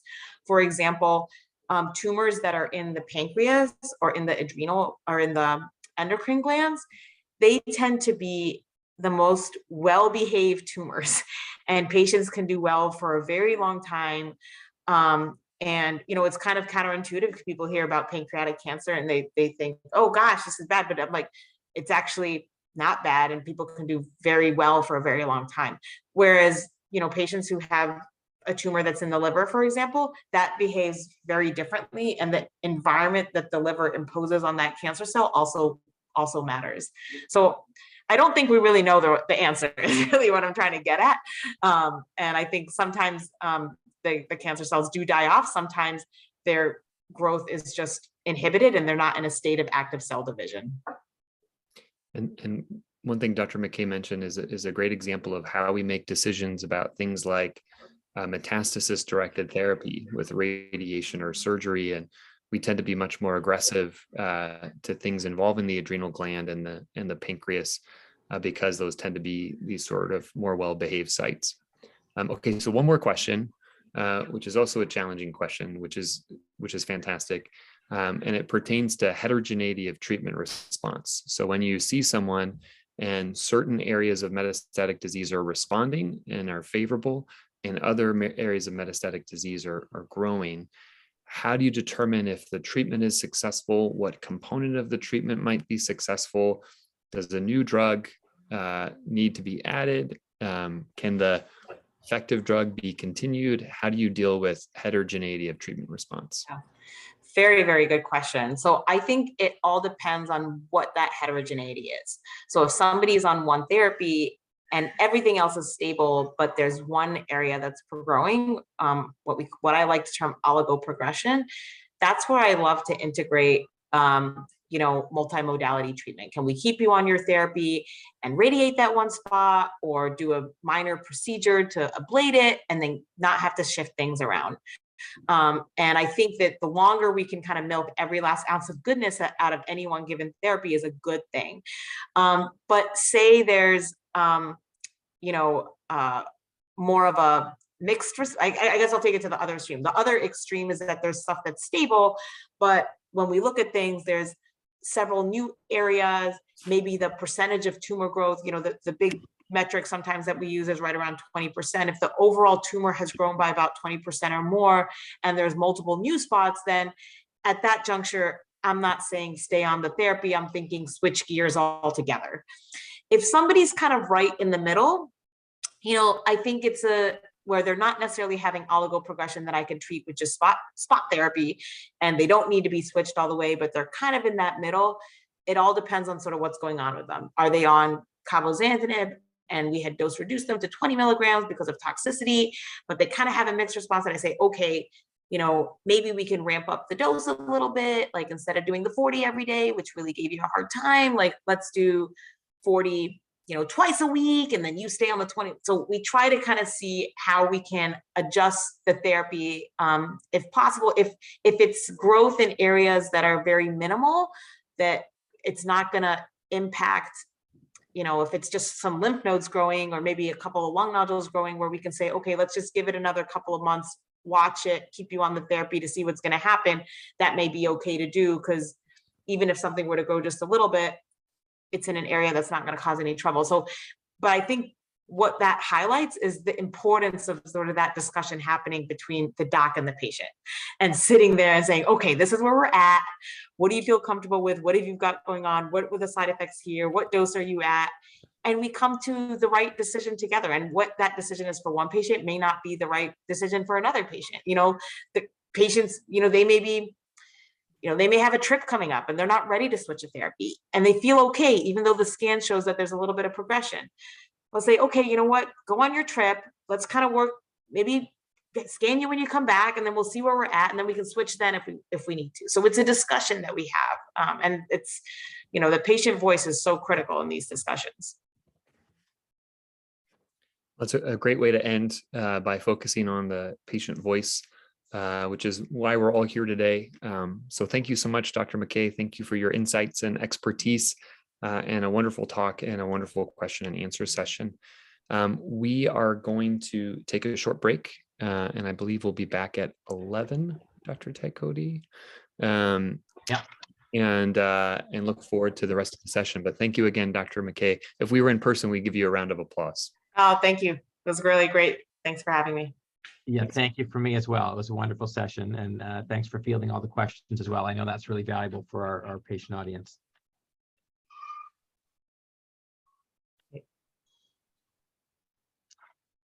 So I have 10:44. We're scheduled for a 15-minute break. So top of the hour, 11 o'clock, we will sign back in and launch the second half of today's program.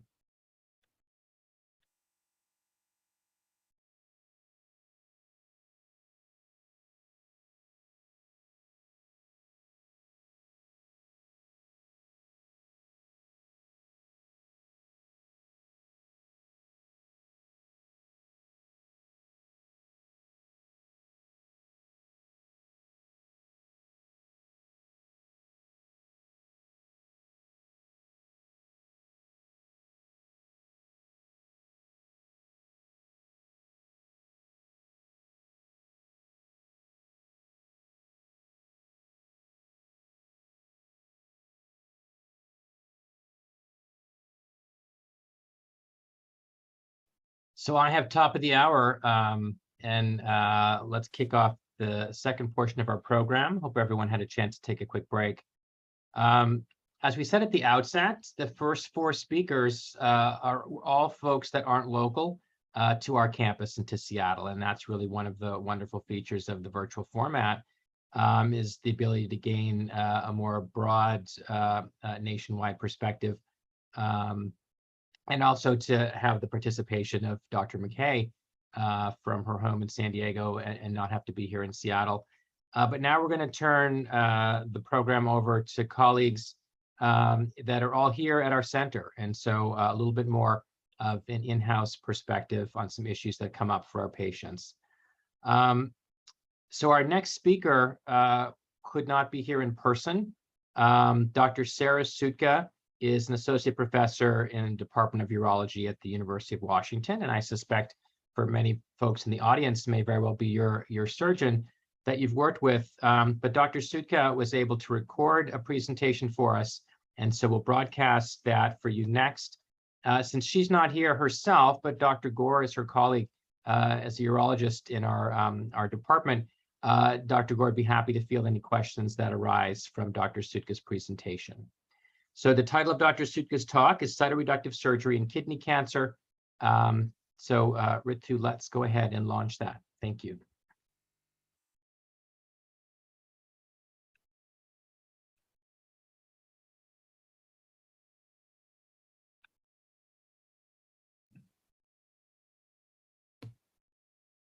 Hi there. My name is Sarah Sutcha. I'm a urologic oncologist and I'm a kidney cancer surgeon. It's my pleasure today to speak with you about cytoreductive surgery in kidney cancer. And I really wish I could be there with you in person. I'm sorry I can't be. I'm looking forward to going through this with you, and Dr. Gore kindly has offered to answer questions after my talk. So let's talk a little bit about why we do cytoreductive surgery. I'm going to introduce what cytoreductive surgery is, talk a bit about the evidence that supports using cytoreductive surgery in the management of metastatic kidney cancer, and talk a little bit about how we use it in contemporary practice and why. I also want to spend a lot of time today talking a little bit about what you need to know as a patient who might be considering whether or not to undergo cytoreductive surgery, how you can prepare for surgery and optimize your recovery after surgery. But we have to start with a few definitions. So first of all, we're talking about kidney cancer. Surgery, the removal of the kidney itself, is considered a radical nephrectomy. When we just remove the tumor and put the kidney back together or reconstruct it, that's called a partial nephrectomy. Sometimes we might remove lymph nodes as part of these surgeries. That's a lymphadenectomy. And when we're talking about cytoreductive nephrectomy, we're talking about removing cancer in the setting of known metastatic disease. If it's a cytoreductive nephrectomy, that's taking out the primary tumor in the kidney, even though there might be disease somewhere else, while metastasectomy is removal of cancer that is elsewhere, that has already spread from the primary kidney cancer. I want to spend a little bit of time first starting out talking about why we even think about removing the kidney in the setting of kidney cancer that has spread, because that's not a paradigm that's used in a lot of other malignancies. It all goes back to 2001, when two big papers were published in the same year that were clinical trials that showed in the older era where we really only had two good systemic therapies for metastatic kidney cancer. By doing cytoreductive nephrectomy and removing the primary tumor, we could improve survival for patients with metastatic kidney cancer. And these two different studies showed that in one case, by removing the kidney, we could, patients had about a 3-month survival benefit, in the other study about a 10-month survival benefit. And there were some differences in the trials, but essentially this was a pretty big deal back in 2001 when we really didn't have many other options for patients with metastatic kidney cancer. When they did a combined analysis and put all this data together, it looked like on average, by doing a cytoreductive nephrectomy and removing the primary tumor before patients started on systemic therapy, patients lived on average about 6 months longer. And at that time, because we didn't have very many options, this led the authors of these studies to conclude that nephrectomy was beneficial in all patients who were fit enough to undergo the surgery. Now, things have changed a lot since that time. In 2006, there was pretty much a cataclysmic event as in a really good way for our patients with metastatic kidney cancer, because a new whole class of drugs started to become approved. These are these targeted agents that many of you will be familiar with because they're a big part of what we use in metastatic kidney cancer in 2022. Sunitinib was one of the early and most effective targeted agents that vastly improved survival for patients with metastatic kidney cancer over the older cytokine-based therapies. And this was FDA approved in 2006, and there have been a number of approvals since that time. Fast forward to 2018, because in that time period between just after the FDA approval of sunitinib in 2018, people wondered whether or not cytoreductive nephrectomy was still beneficial, given that sunitinib seemed to improve survival so much over our older therapies. And so I'm going to talk particularly about one specific trial called the Kca trial, which was a clinical study that looked at whether or not patients who got sunitinib alone had inferior survival to those undergoing upfront surgery, removal of the kidney, followed by sunitinib. And this is kind of a strange way to think about a clinical trial.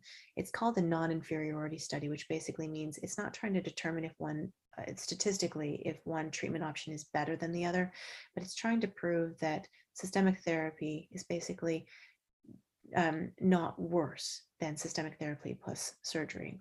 There was another trial that was performed around the same time that was looking at the sequencing of cytoreductive nephrectomy, but I want to focus for the next few minutes on the Carmina study.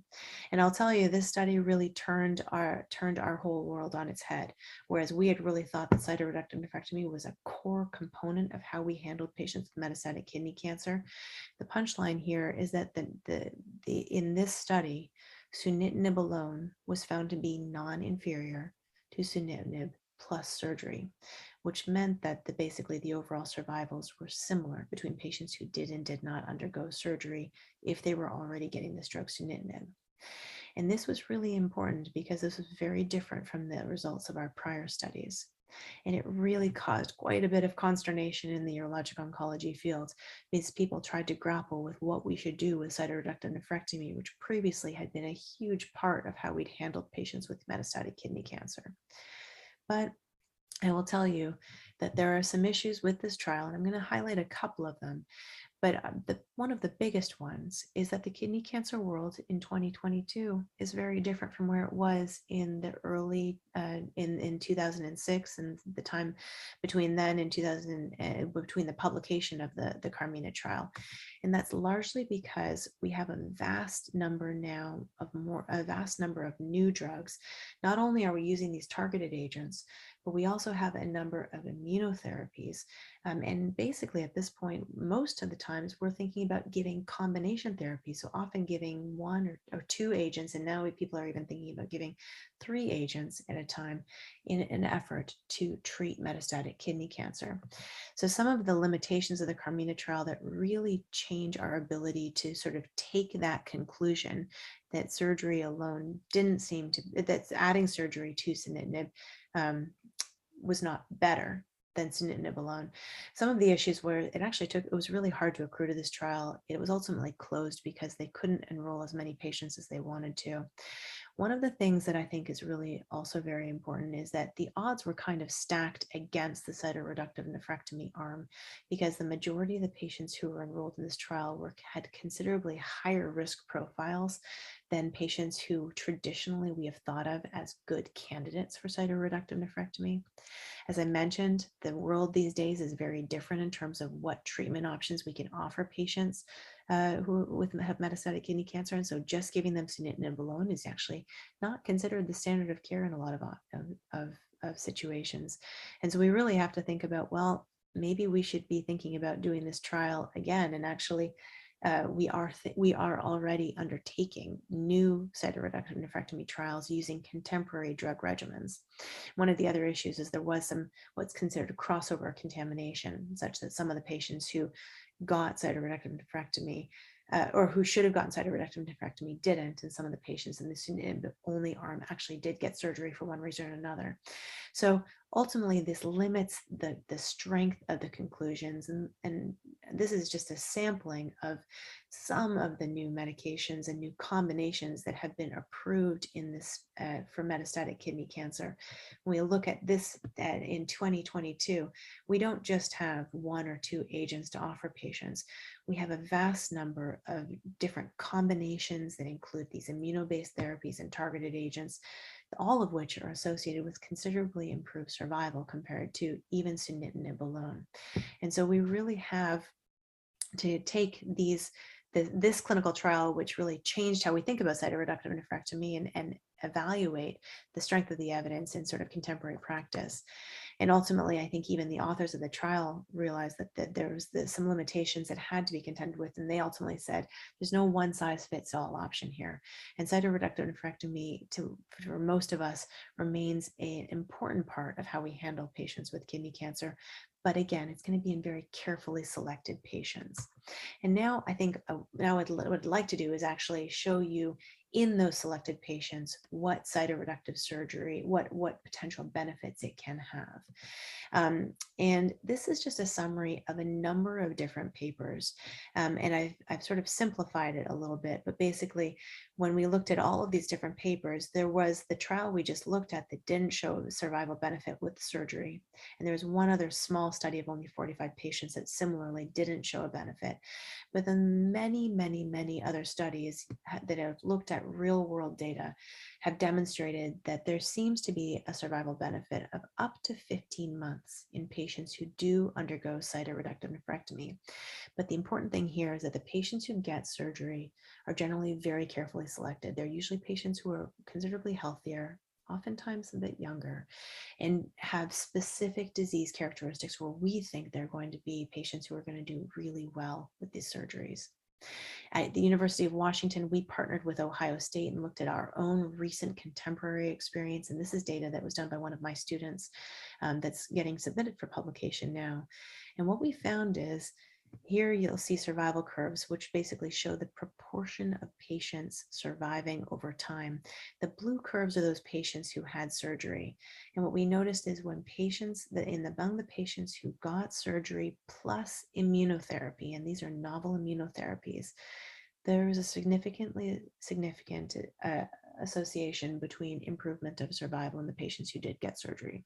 And so again, this continues to provide some evidence that in carefully selected patients, we do think that there's a benefit to cytoreductive nephrectomy. And what about surgery for kidney cancer that spread to other organs? So again, that's called metastasectomy. So some patients may develop metastatic kidney cancer when they had a nephrectomy for kidney cancer a long time ago, and there was no evidence of spread of disease at that time. Other patients present with metastatic disease.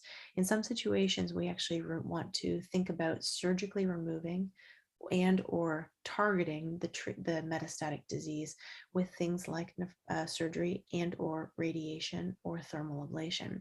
And this could be kidney cancer that has spread to other organs such as the lungs, the liver, the lymph nodes, pancreas, bones, brain, and other spots. And there's pretty good data in retrospective series, again, in carefully selected patients. And these are not clinical trials, but just simply observational data that when we put all of the data together, metastasectomy in carefully selected patients is associated with a survival benefit. So ultimately, we think that surgery does seem to have a role in the management of metastatic kidney cancer. But what are all of the different benefits of doing cytoreductive surgery? Well, for one, if the metastasis and or the primary tumor is causing symptoms, by surgically removing it, we can minimize those symptoms. So for one example, if the kidney has cancer in it and is bleeding, by removing the kidney, we can stop that bleeding. And interestingly, if we can render somebody without evidence of visible disease or radiographic disease, we might actually be able to give them a holiday from systemic therapy. It may be possible to actually get people off systemic therapy and then give people also a break from the toxicities and complications that can come with either targeted therapy and or immunotherapy. In some cases, if patients present with kidney cancer in their kidney and maybe in just one other spot, and we can remove or treat both, we may be able to avoid systemic therapy altogether. And there's some data, as I've just shown you, that in really carefully selected patients, there seems to be a survival benefit to removing the kidney tumor and or the metastatic deposits. So one of the big questions is, how do we determine who's a good candidate for cytoreductive nephrectomy? Well, for one, in patients who are fit for surgery and the cancer's causing symptoms, that's a good patient for us to be thinking about removing the kidney or removing the metastatic site. Another common scenario in this day and age is in patients in whom systemic therapy has actually been given first, and patients have had a really good response, and either all the metastatic sites have kind of shrunk down and essentially become quiescent and or disappeared. By removing the primary tumor or consolidating whatever metastatic sites are left over, we can sometimes render patients either without evidence of disease or with fairly low volume metastatic disease. And that seems to be a very, very positive prognostic factor. We generally don't recommend cytoreductive nephrectomy if the surgical risk is too high, either because patients have too many other medical problems or their functional status is not strong enough, or there's just too much metastatic disease where just taking out a small amount of it ultimately isn't going to make a big difference in the long run. Now, I want to change tactics a little bit and really focus now on, as a patient, what you need to know if you're thinking about going through cytoreductive surgery. There's lots of preparation that's entailed in thinking about cytoreductive surgery, but it's very important that you are very informed about what your options are and what the surgery is going to entail for you. So the first thing is the approach. You're going to want to know what the operation is going to entail. Is this the kind of operation where we can just remove the tumor and preserve the remainder of the kidney that the tumor is in, or are we thinking about removing the whole kidney? Is this going to be a minimally invasive approach, such as a laparoscopic or robotic assisted laparoscopic approach, or is it going to be an open approach? If we're thinking about potentially doing metastasis directed therapy, is this going to be surgical, or is it going to be an ablation approach or radiation-based approach?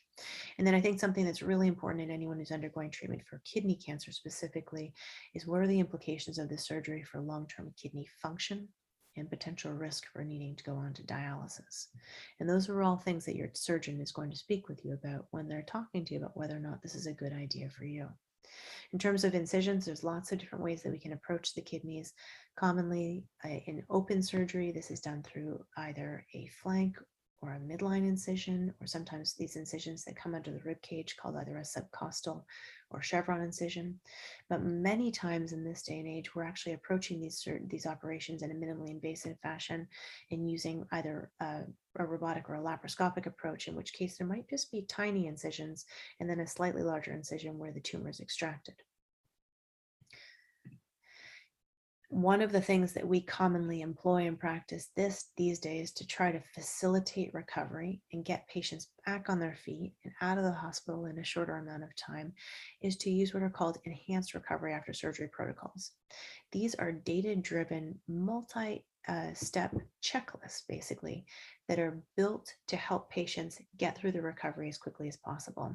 They're comprehensive plans that start before surgery in terms of counseling and essentially touch all areas of the recovery, everything from how much fluid someone gets to what kind of pain medications we use, all with the goal of helping people get back to eating quickly, get on their feet quickly, and get out of the hospital quickly and safely. And so you'll hear as you're preparing for surgery about these protocols and how they might be used in your care. In terms of the risks of surgery, it's really important that you're well informed about these. And in general, the risks of any major abdominal surgery include the risks of pain from the incisions, bleeding or blood loss, infection, then damage to surrounding structures. And those can be because of the fact that the tumor is very closely involved with other organs nearby, or just because of surgery itself requires some manipulation of the nearby organs. And that can have implications for things like bowel bloating or constipation after surgery, as well as injury to actual surgical injury to those structures, such as the diaphragm, which can be involved in kidney surgery. And then there's also risks related to anesthesia. And some of these operations can be longer and quite involved. And so there's one of the things your surgeon will talk to you about is your risk of cardiopulmonary toxicity or clotting, and also the potential risk of death associated with the surgery. We have some calculators that can help us provide you with really personalized estimates of what the risks of specific complications might look like. And this is just one example that we can use in practice that can help you to understand what your risks of specific complications or any complications, as well as things like a functional decline or needing to use a new mobility aid after surgery, what might be estimated as your risks. In general, most of the time after these surgeries, patients are in their hospitals somewhere from 1 to 5 days, but it can be considerably longer. Complications are common, especially when the operations are more involved if the tumor is more extensive. And some patients will need additional care after surgery, for example, going to a short-term nursing facility. After surgery, we're going to be taking really good care of you, surveilling you carefully, getting you back to your medical oncologist, likely getting back on systemic therapy. We will also involve nephrology, especially if we have to remove a kidney, and make sure that we're carefully managing your other medical problems. When I think about these windows of opportunity to improve outcomes, we've talked a little bit about how we try to improve outcomes in the perioperative period. I'm not going to get the chance today to talk too much about survivorship, which is how we improve outcomes in the long run.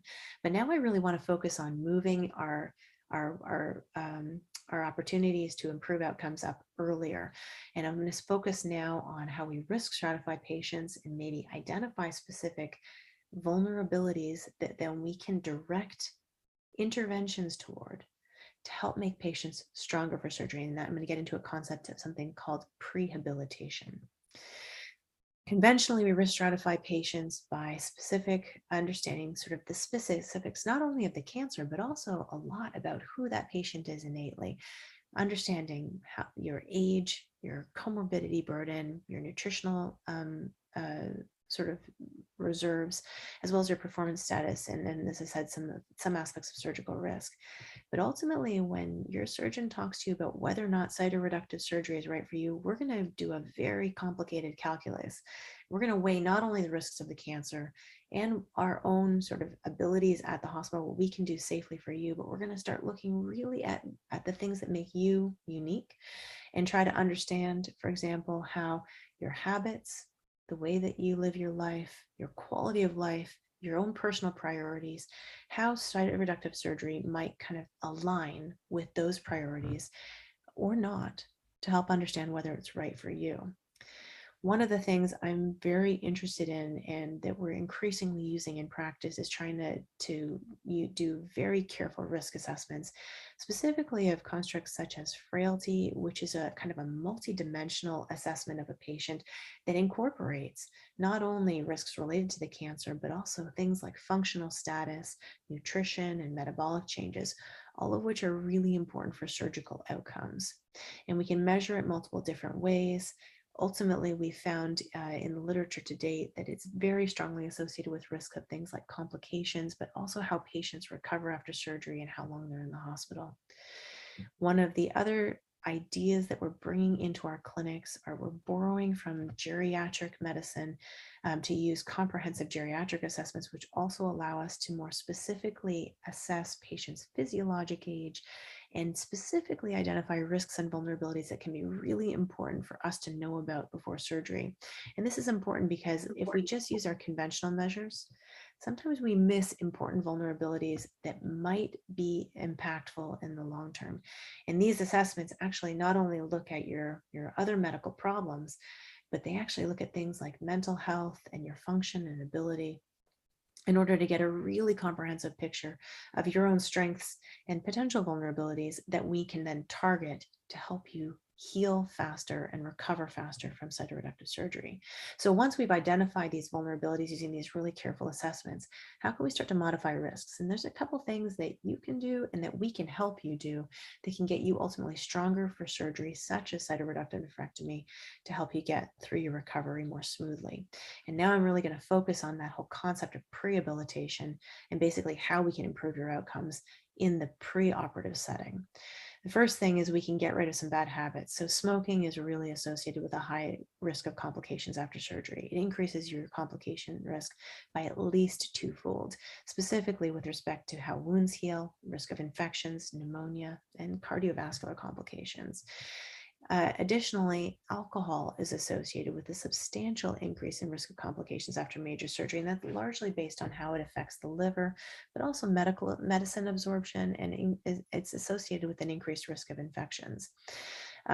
These two habits together, by quitting alcohol consumption and quitting smoking, we can rapidly improve outcomes after surgery. But these are things that should be done and that we can kind of help you tackle, because these are not easy changes to make in one's life.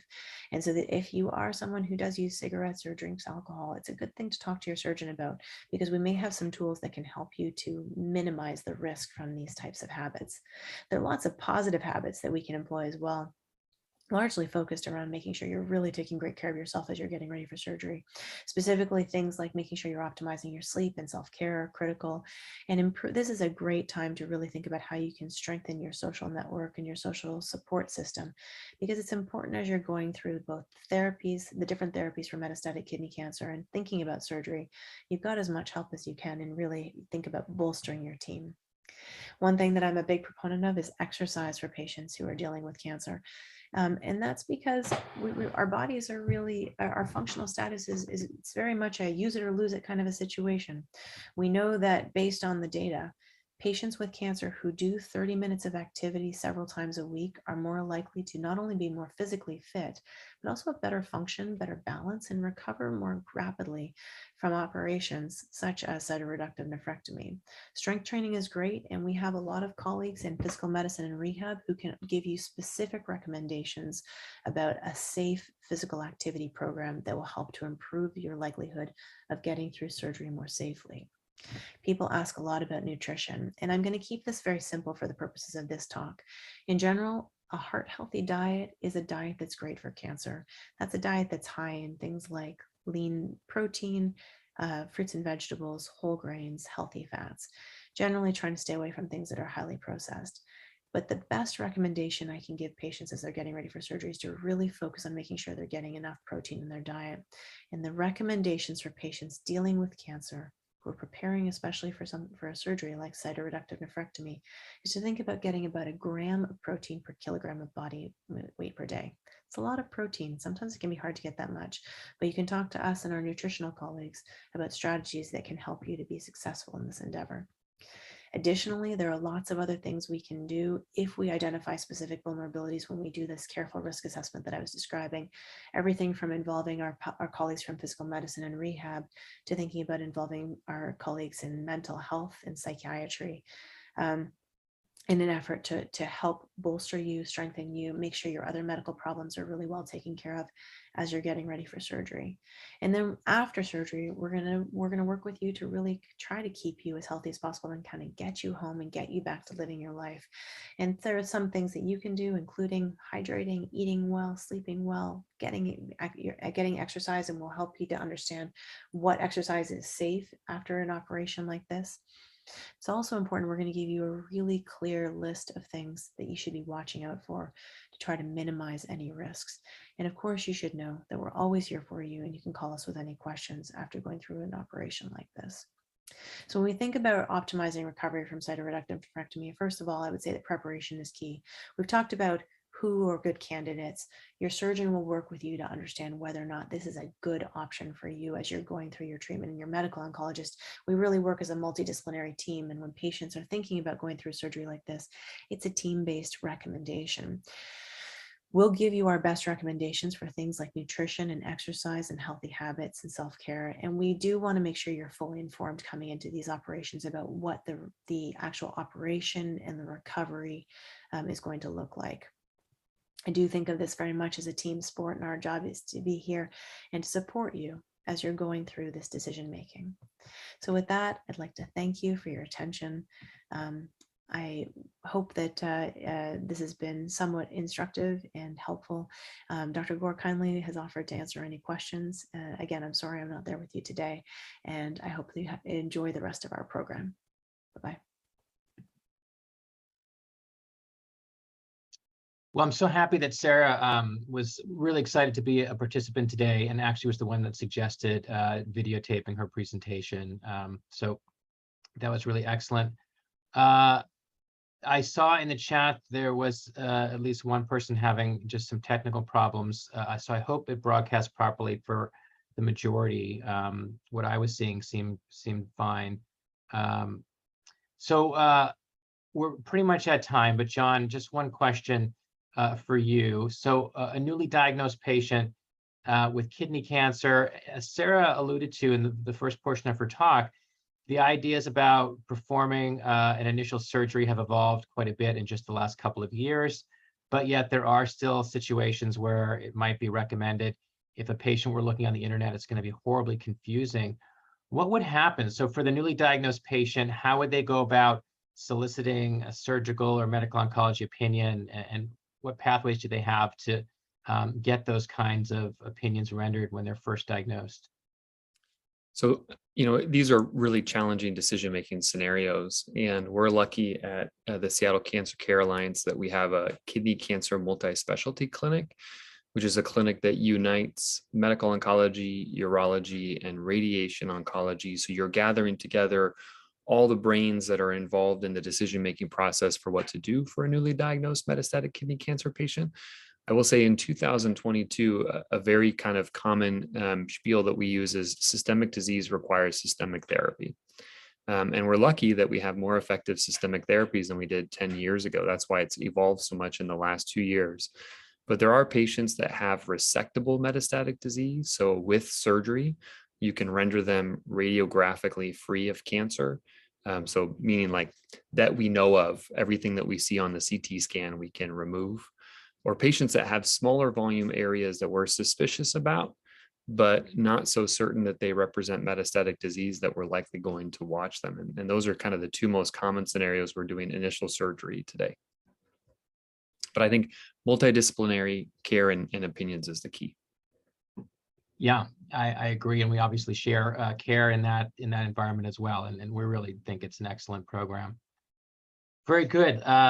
Let's turn the page. I'm so excited this year that we have one of my colleagues, Dr. Jason Rockhill, to participate. And I think Dr. Rockhill's been at the center ever since I've been seeing kidney cancer patients with very unique level of expertise. Dr. Rockhill is a professor in the Department of Radiation Oncology and Neurosurgery. And the topic is brain metastases, which in the kidney cancer world are not as common as other cancers. But when it happens, I invariably tell my patients, this is now our highest priority to figure out and get a treatment plan on the table for the brain, and we'll worry about the rest of the cancer problems when that's been taken care of. And, you know, routing patients to see Dr. Rockhill and get his expertise into what is sometimes a fairly complicated pathway in terms of what's going to happen. So I'm excited for the talk. Dr. Rockhill's title is Brain Metastases from Kidney Cancer, Treatment Options and Pathways. Thank you, Scott, and I really appreciate the opportunity to be able to talk about this topic. As you know, it's something I've been very, very involved with. So let me share my screen here.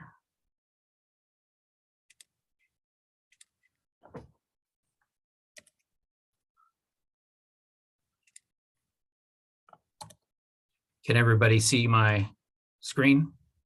Yes. All right. So I'm going to talk about brain metastases. I want to say this up front because I've noticed that sometimes patients tell me that seeing images of brain tumors in the brain can be pretty upsetting, but my entire field is based on imaging. So there will be quite a few MRI images of tumor. How does it get to the brain? Well, most likely this is hematogenous spread. So it means tumor cells have broken off, traveled through the body and gotten to the brain, which sometimes can be a favorable site for kidney cancer to grow.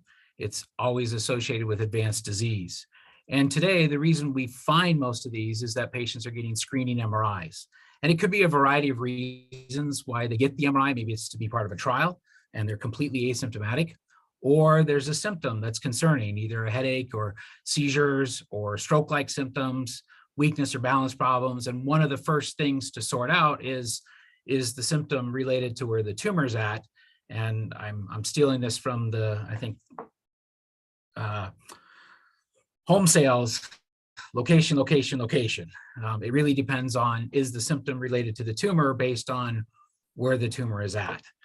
And even with respect to all my colleagues, I'm very biased. The brain is a unique organ.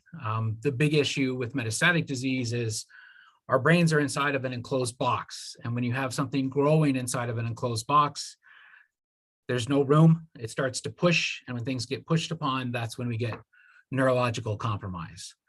The other issue, and this is really fairly challenging, is something called the blood-brain barrier. It's the brain's mechanism to keep things out. And it's debatable about which things will actually pass through, specifically systemic therapies, and which things won't. And whether with metastatic disease, there's actually some breakdown of the blood-brain barrier. So as I said, the key is MRI imaging. And MRI is the gold standard for imaging. We can see some things on CT, and sometimes we'll get a CT because it's quicker, but we really want to get an MRI so that we can distinguish between what's tumor, what's irritation from the tumor or cerebral edema, and then also be able to try to identify what really is at the resolution limit of MRI, these tiny little dots. And this is blown up here. You see this tiny dot, and then there's two other dots. Those other two dots are vessels. That's normal. And so MRI has really allowed us to identify targets or possible lesions that are almost below the 1 millimeter scale. So very, very tiny. And that's really only something that you can do with MRI.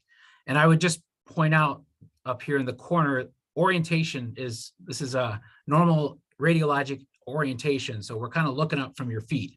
So left and right on the screen are always going to be switched. So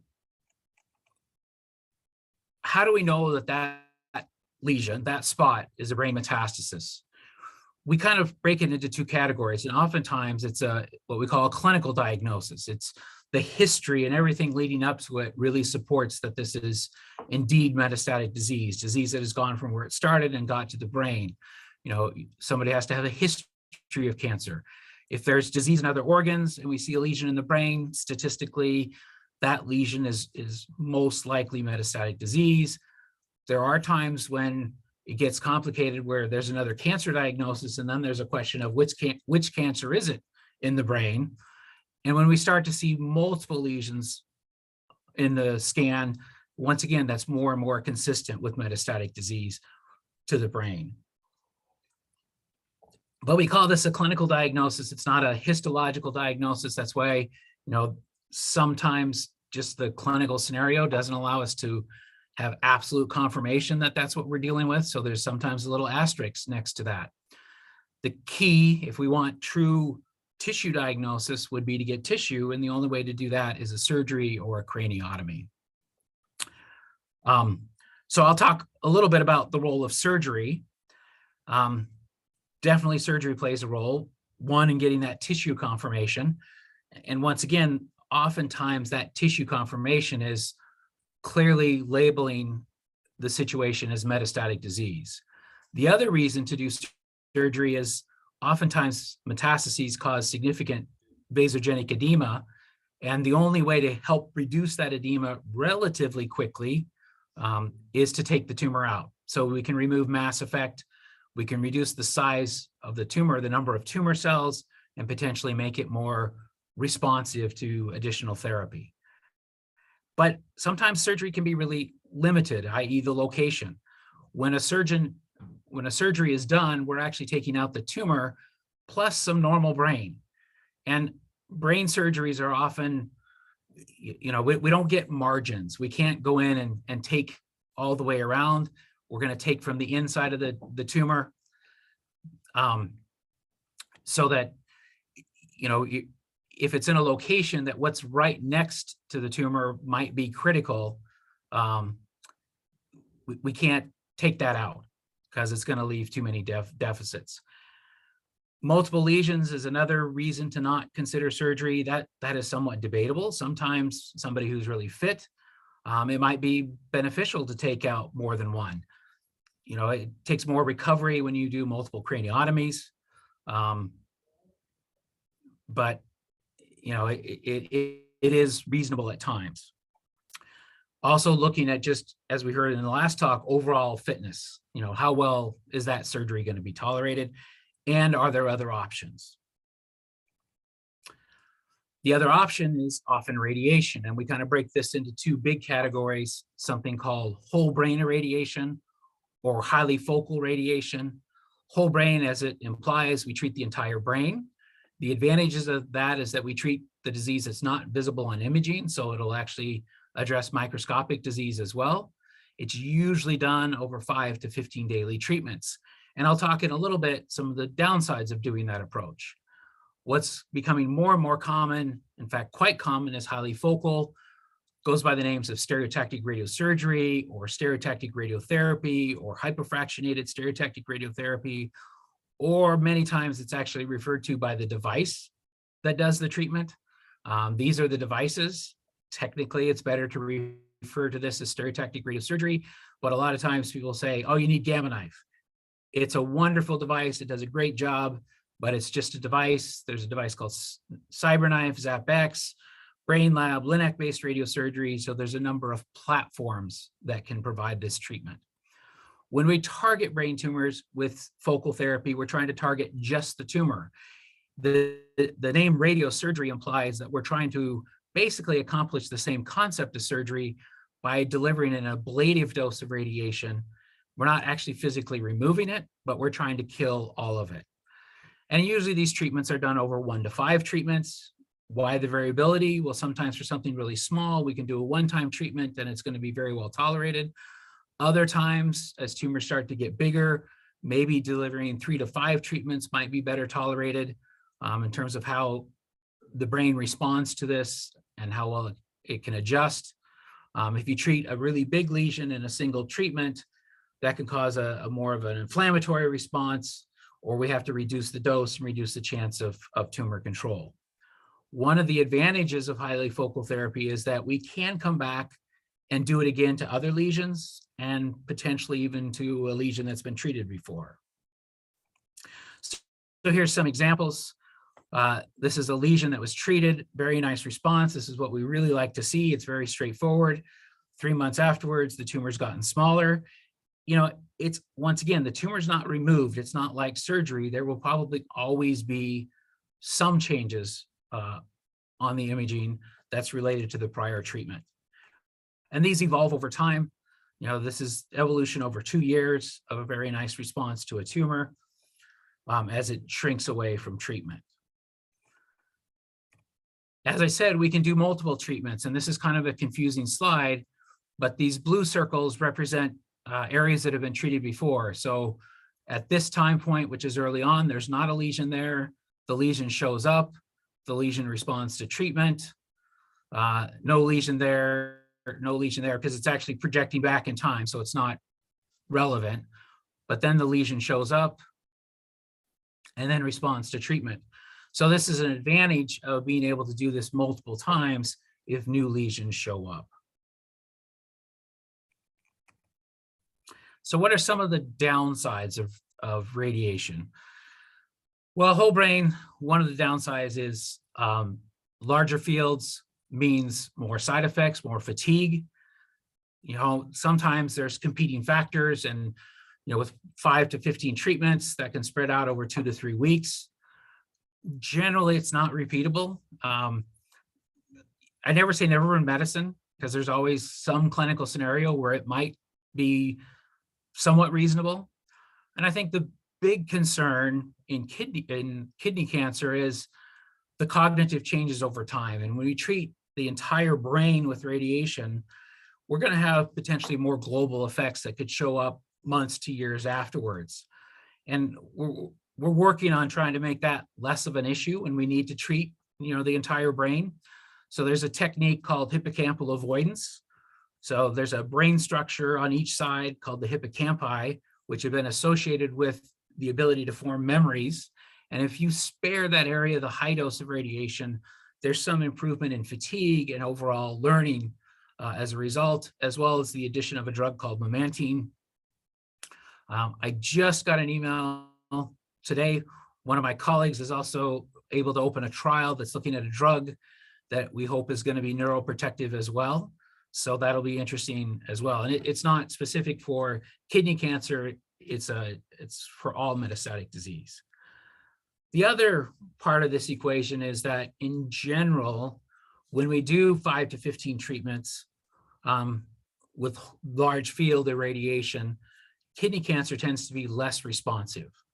So, you know, it's a trade-off in that we can treat everything, but the downside is we may not see as a robust response, which is why highly focal radiation has become much more the standard. The other thing is, as we switch to highly focal, is we can only treat what we can see, which is why we're so imaging dependent. So very tiny lesions, sometimes it's very difficult to know whether it's really a lesion or not. The other thing we deal with is when we deliver that high dose of radiation very precisely, we can actually kill a huge number of tumor cells that the body and the brain have to break down and deal with. and it can create a reaction called treatment effect. And I'm going to talk about that a little bit in the next slide. And then anything we do in the brain, there's always the risk that we can cause injury. Radiosurgery has the advantage in that we can get to deeper lesions without going through normal tissue, without as much damage, but that normal tissue next to the area that we treat is at risk for injury. And if we injure that in a process called radiation necrosis, it could lead to neurological loss. And then there's a big debate about how many lesions can be treated, what's the number, what's the size. And this is where a discussion and patient input is really important. You know, we can often now treat multiple lesions, 10, 15, depending on the size, but it's a discussion with the patient about risk and benefits and, you know, what could be the downsides of being that aggressive with focal therapy. So this is an example of that kind of radiation reaction or treatment effect where the lesion is treated and then afterwards, anywhere from 1 to 6 months, and it can be quite variable. It could even be a little longer than that. On average, it's about 3 months, but you can see these arrows point to this kind of area around the tumor that has increased swelling. We can look at a different sequence and see that. If that causes compression of the brain, then people will become symptomatic, and that needs to be dealt with. And we'll talk about that in the next slide. Most of the time, it's going to shrink over time, but this makes it very challenging sometimes to determine, is it related to the treatment or is it actual tumor progression? So how do we manage that swelling or cerebral edema? The go-to medication is steroids, and of those, dexamethasone is the most common one. It's great for reducing cerebral edema. It has some issues from here down that we often have to deal with. You know, people on steroids often report increased appetite, decreased sleep. Sometimes we may be responsible for that and how it's dosed. If it's 4 times a day and somebody's waking up at 2 in the morning to take their dose, they probably have sleep problems because they're waking up to take the medication. Oftentimes we can move the dosing to just during the day and help with some of the sleep. I've had patients tell me they like being on steroids. It gives them a little boost, and other people, it's too much of a boost. They get pretty jittery and have a hard time concentrating. And in small number of cases, we run into some long-term side effects if steroids are given for a longer period of time. Proximal muscle weakness. Often this shows up, somebody says, I have a hard time getting up out of a chair. I have a hard time going up or down stairs. And when you're dealing with brain lesions that can cause neurological deficits, it gets challenging to sort out, is it related to the brain or is it related to the steroids? You know, steroids, generally when their side effects, they're going to be symmetric. They're going to affect both sides. You can also get adrenal suppression and immunosuppression as a result of long-term steroids. I mentioned this drug bevacizumab because you heard in Dr. McKay's talk about Vegf targeted therapies. And this is a drug that, while not FDA approved, has been shown to help with vasogenic edema. It's got some of its own issues, but it's just important to recognize that this drug also has an overlap with a lot of the drugs that are used for systemic therapy. And that creates an interesting situation that we're going to talk about further here. So what about systemic therapies? Well, I was listening to Dr. McKay's talk and I'm like, well, I need to update my list here because there's new drugs coming out all the time and it's fantastic. What is less optimal is that a lot of these drugs are not specifically for brain metastases, or people with brain metastases are excluded. So the role of these drugs and how effective they are often done post hoc or after the trial to see whether there was activity or there's case reports.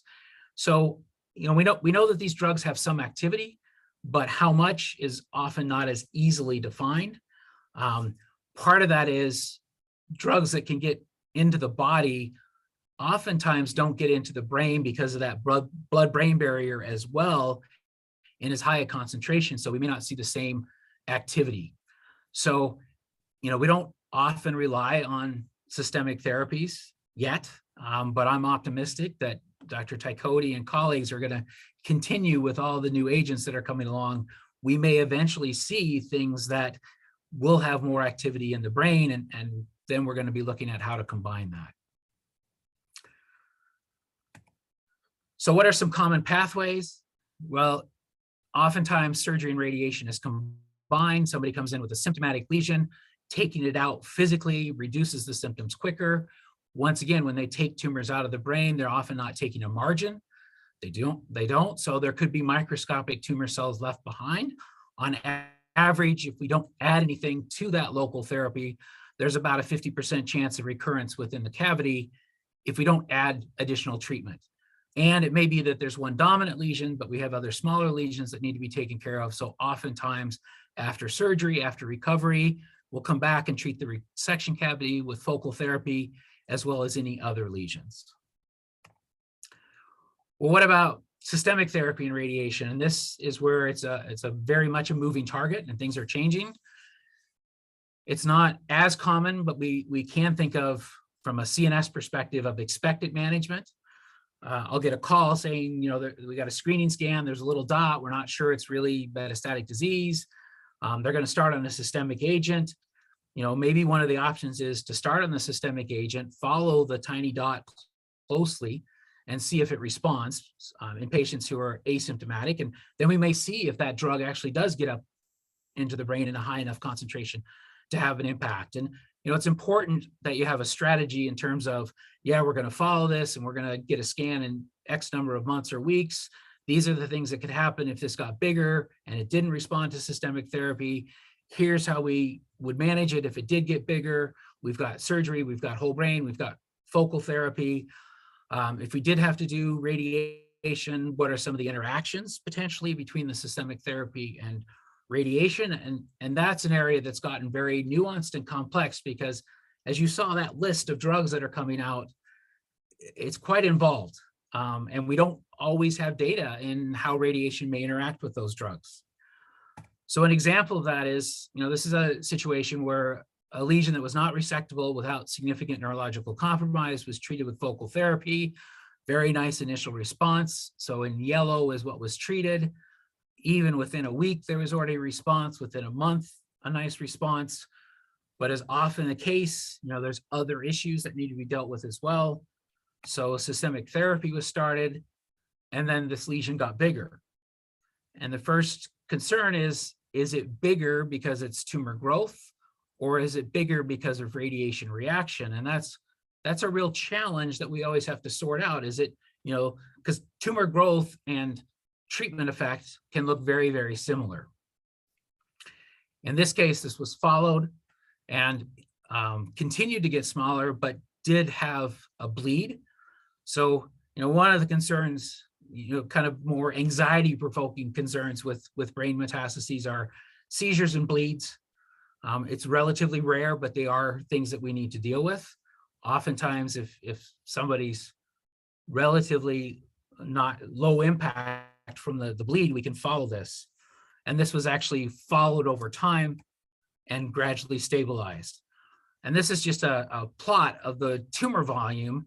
And you can see the challenge here. You know, when we see something like this and the radiology report is going to say tumor progression versus treatment effect, it really takes putting all the information together to come up with our best prediction of what that is. But it often is a big challenge when we're dealing with metastatic disease. And it often surprises people because we can see impacts between radiation and systemic therapies, you know, with quite a big time separation between these events. Most of the time we're dealing with the everything pathway in which, you know, somebody's on a systemic therapy, they develop neurological symptoms, maybe they need surgery. How does surgery going to be impacted by the systemic therapy they're on? And if they need post-op radiation, how do we coordinate all of that? So the key is, and one of the great things about here is the communication between the healthcare teams, coordinating the differences. Dr. Tykodi said, you know, when people have brain metastases, it tends to take priority, but I'm always like, well, how do we get the brain taken care of and get back to systemic therapy? And how can we coordinate all of these things? And specifically, there's a lot of interest in coordination and potential, and I want to be very cautious about the therapeutic benefit of combining high dose focal radiation with immune checkpoint inhibitors. There's a thought that maybe by radiating something, we can create basically little bits that the body can then use to create an immune response. Something called the abscopal effect may also be involved there. The problem in the brain is it's an enclosed box. And so if we create a robust immune response, we get increased swelling, which leads to increased symptoms. Increased symptoms means we usually put people on steroids. Steroids are immunosuppressive. That may decrease the immune response. So it's balancing all of these things. And that's going to be even more complicated when we start getting to doublet and triplet therapy. Some of those Vegf inhibitors, you know, are they going to help with the edema? Are they going to increase? So these are all things that, you know, we're still sorting out as we go along. So I wanted to finish by first of all saying I'm an optimist, and I use this chart, this article on the left. They took 150 patients with newly diagnosed brain metastases, so all cancers, and asked a panel of experts what they predicted the outcome would be. And, you know, based on, you know, functional status, whether they thought it was surgically resectable or treated with radiosurgery. And the key is everybody, we don't predict the tail. You know, this is the actual survival. And my goal when dealing with brain metastases is how do we increase the number of people in this category? How do we put people in the optimal position for the best possible outcome? We have multiple treatment options. We have to balance them. There are going to be potential changes. Normal is sometimes a moving target. And it's that coordination of care between the different specialties that is really key in giving everybody the best chance to be in that tail. So thank you. Jason, thank you. That's a wonderful overview for our patients. There was a question in the chat, if I can paraphrase a little bit, but a kidney cancer patient, they get a brain imaging study done, and they're told they have a meningioma. What is that? And is that related at all to the underlying cancer? Yeah, so that's one of the challenges is sorting out, is it a MET? Is it a meningioma? Is it a primary brain tumor? So a lot of that has to do with that location. Things that are on the surface of the brain involving the covering or the dura, those are more consistent with meningiomas.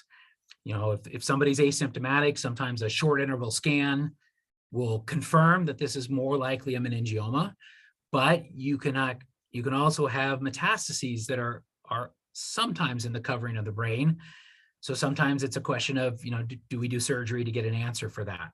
So yeah, it's balancing, you know, what's the risk of doing something causing a problem versus the risk of not doing something if it is metastatic disease. And are meningiomas invariably benign, or can they themselves sometimes become problematic? Most of the time they're benign. There's a very, very small percentage of meningiomas. They're quite rare that are truly more like cancers, but most of the time meningiomas are benign. And there's other benign tumors that can also make us concerned about metastatic disease. And it is, you know, it is one of the reasons why, you know, we want to be really cautious and make sure that we've gone through as extensive a workup as we can, as safely as we can, when we say there's a clinical diagnosis of metastatic disease versus, you know, is it something that really was benign? Jason, let me ask you one last question, and then we'll move on.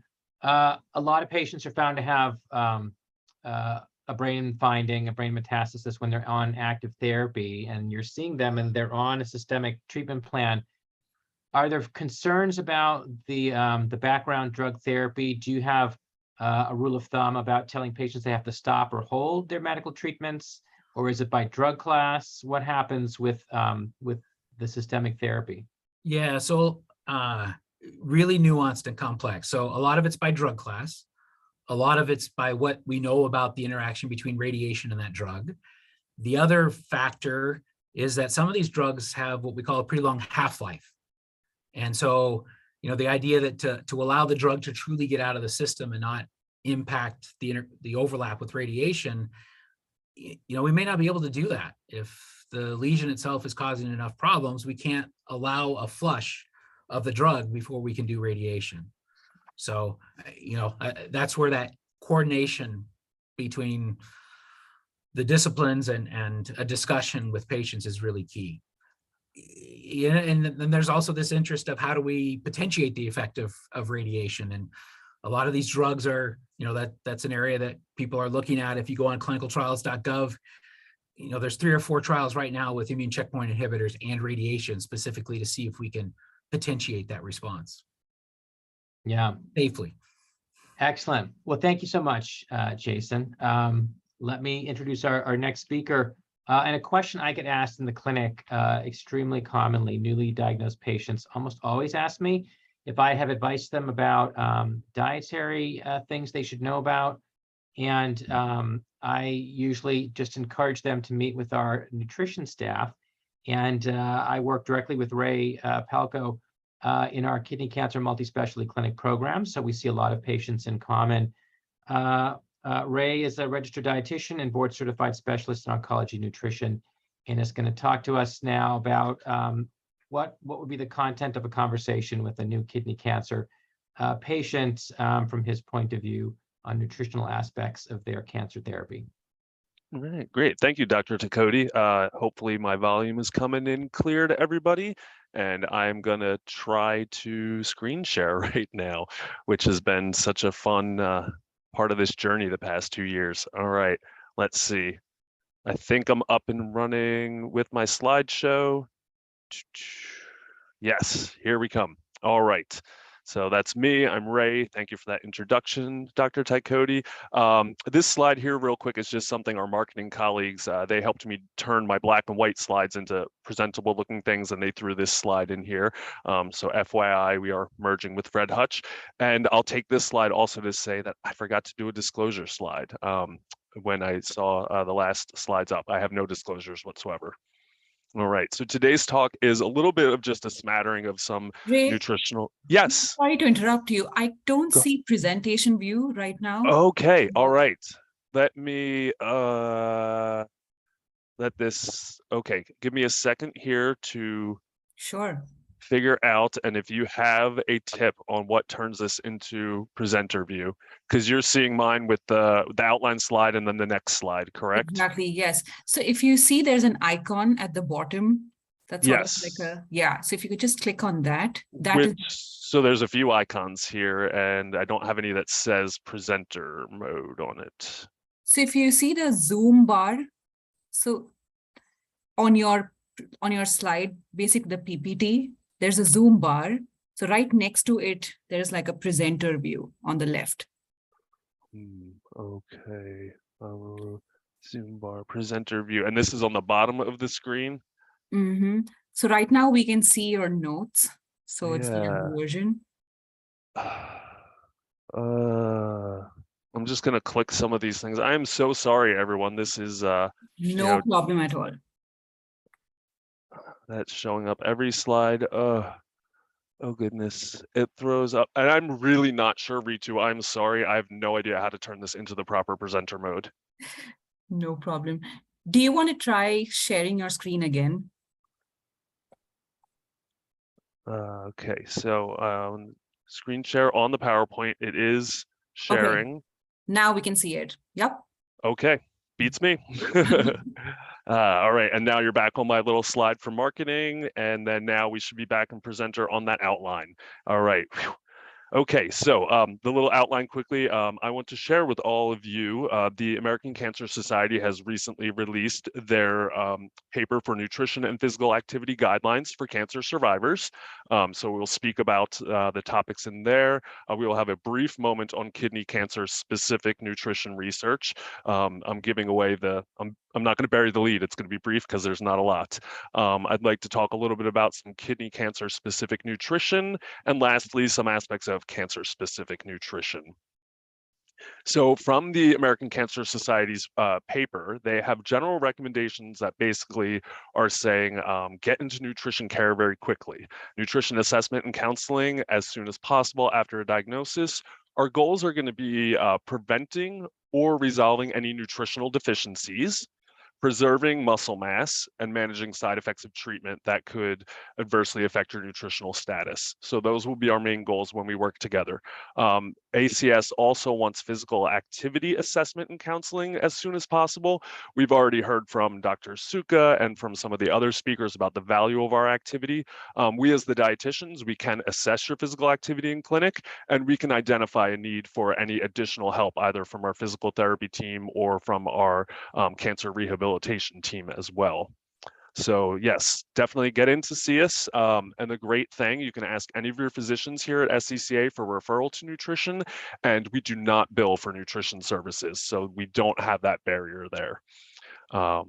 And now some more guidelines on diet and activity for cancer survivors that are designed to improve long-term health and increase likelihood of survival. We want to try to avoid obesity while maintaining or increasing muscle mass through diet and exercise. Again, we want to engage in that regular physical activity. We've got to consider what type of cancer, your specific health, your treatments, your symptoms and side effects. We want to follow a healthy eating pattern, and I'll give you some more detail in a couple slides on what that is to meet nutrition needs and be consistent with recommendations to prevent chronic diseases across the board. And we want to follow general advice from the American Cancer Society guidelines for physical activity and diet for cancer prevention to reduce the risk of a new cancer. This is a great point for me just to point out a little semantical issue. With nutrition research and guidance, you will often hear prevention and survivorship always frequently cited. And sometimes as a cancer survivor living with the cancer diagnosis, when you hear people talk about prevention, it can seem tone deaf maybe. The truth of the matter is that our nutritional recommendations in prevention or survivorship are identical. The same style of eating will always help all of us lower any future cancer risks. So you can, if you see prevention or survivorship, you know either one applies to you. 4 key bullets we have here, and then I'll detail each out for you further. We want to achieve and maintain a healthy body weight throughout life. We want to be physically active, follow a healthy eating pattern at all ages, and it is best not to drink alcohol. Regarding healthy weight, we do want to try to keep the body within the healthy weight range and avoid weight gain in adult life. This second bullet is a personal take of mine that I'm really trying to emphasize with all of our colleagues and everyone in society, and that's that a healthy weight is different for everybody. We are seeing lots and lots of things showing up in nutrition research now about the detrimental effects of weight bias and stigma, and we also as medical providers have in the past we've not done our best, and we've not done the best by all of you as patients in the way that we speak about weight status. And it is so much more nuanced than these conventional ideas of calories in versus calories out. So a healthy weight is going to be very different in every single body. And the BMI framework or body mass index was only ever supposed to be a screening tool, never a diagnostic. So we will still reference the BMI at times to try to give us indicators of maybe modest weight loss that could be beneficial, but it is not the be all and end all. And when you look at pooled research, the quote healthiest group is often overweight, interestingly. So to that point about modest weight loss being beneficial, we've seen a lot of great information in research around the cardiometabolic space, basically in all types of conditions that might be exacerbated if we carry some extra weight.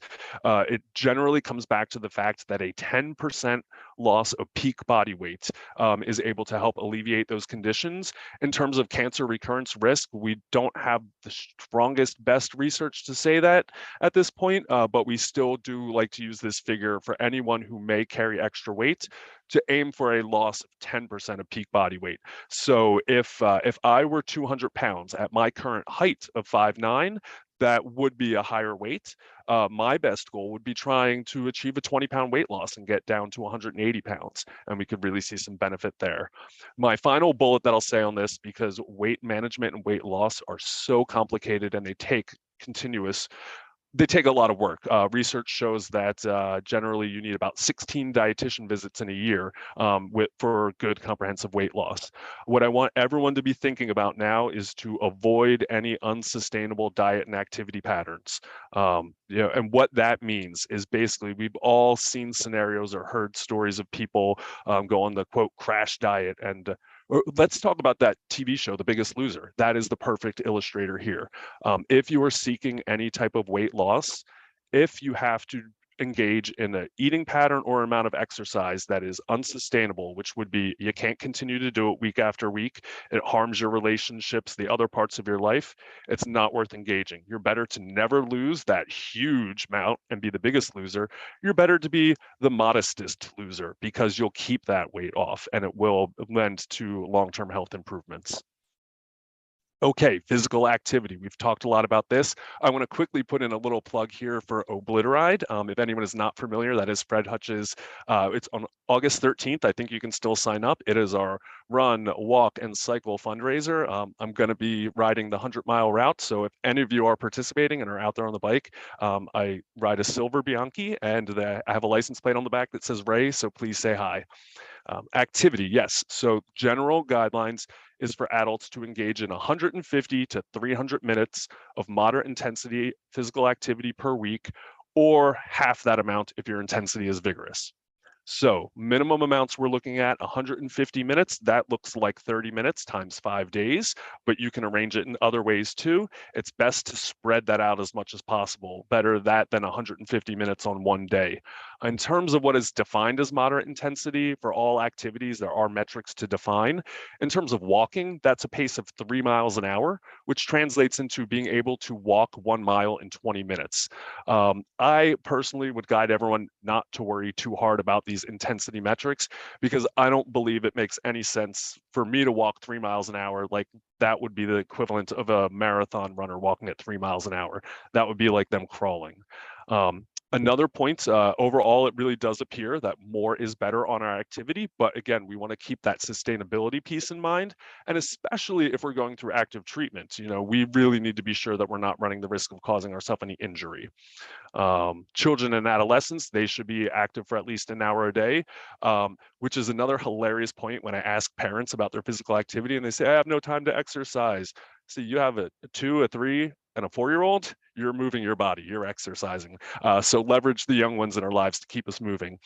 And move more and sit less. You really want to try to not sit still for greater than 1 hour. And for many of us, we have been placed into the work from home lifestyle, which has drastically slashed our movements. And that is, I'm seeing patients across the board, all different diagnoses types, that have experienced unintentional weight gain due to being forced in a more sedentary life. I want to give you all one personal little tip, something that that has occurred in my household.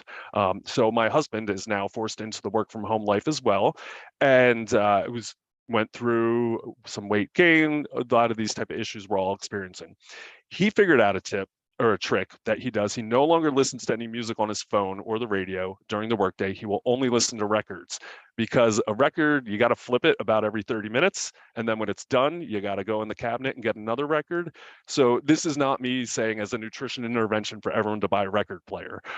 This is me letting you know a creative way that someone in my household figured out, how am I going to get myself moving more? So I just invite everyone, if you are in that type of a work from home space or any type of sedentary space, to move around more. And lastly, I know that we're all carrying a smartphone in our pocket and they all come with pedometers now. Monitor your step count. And we've all been conditioned to think that we must take 10,000 steps a day. However, some excellent research was published a year ago and it was focused on the middle-aged demographic, which was really fun when I read it and thought, oh, wow, 41 is middle-aged. Okay. But those of us middle-agers who could walk 7,000 steps in a day had anywhere from 50 to 70% decrease in all causes of mortality. And that research showed that the speed of the walking didn't even have a bearing on the benefits. So, the cell phone pedometer is a great tool to keep yourself moving. All right, now following a healthy eating pattern at all ages. For here, we're going to look at the inclusion, the type of great foods that we want to be eating, versus the things that it's more important to limit our total intake in the diet. So a healthy eating pattern is going to include foods that are high in nutrients in amounts that help achieve and maintain our personal healthy body weight. And that's going to definitely have a variety of vegetables. And, you know, the dark greens, the red and orange, those really deeply colored ones, we know have lots of great phytonutrients or plant chemicals that have been associated with decreasing cancer risks.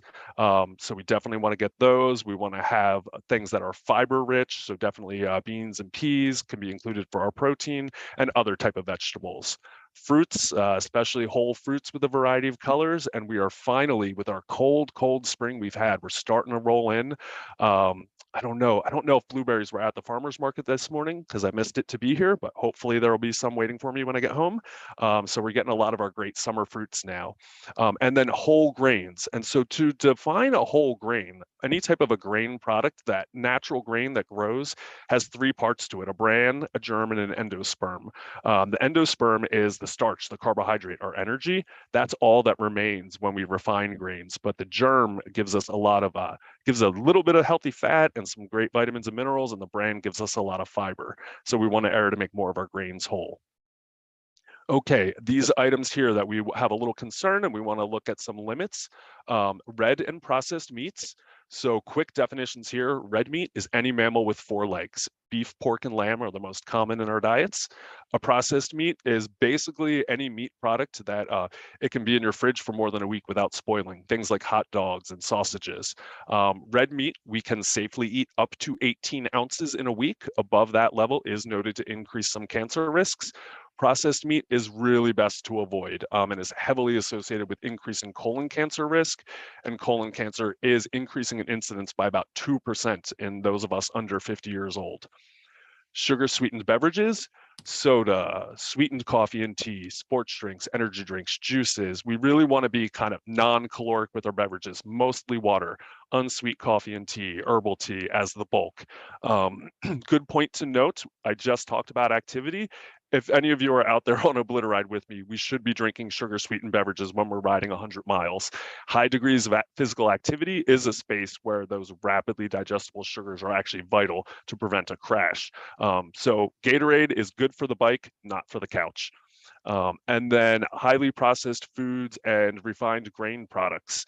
So that is basically, I think of a processed food as any food item that I could not see living out in nature, right? So even, they all come from a whole food at one point, but I've never seen a tree with a Big Mac hanging off of it.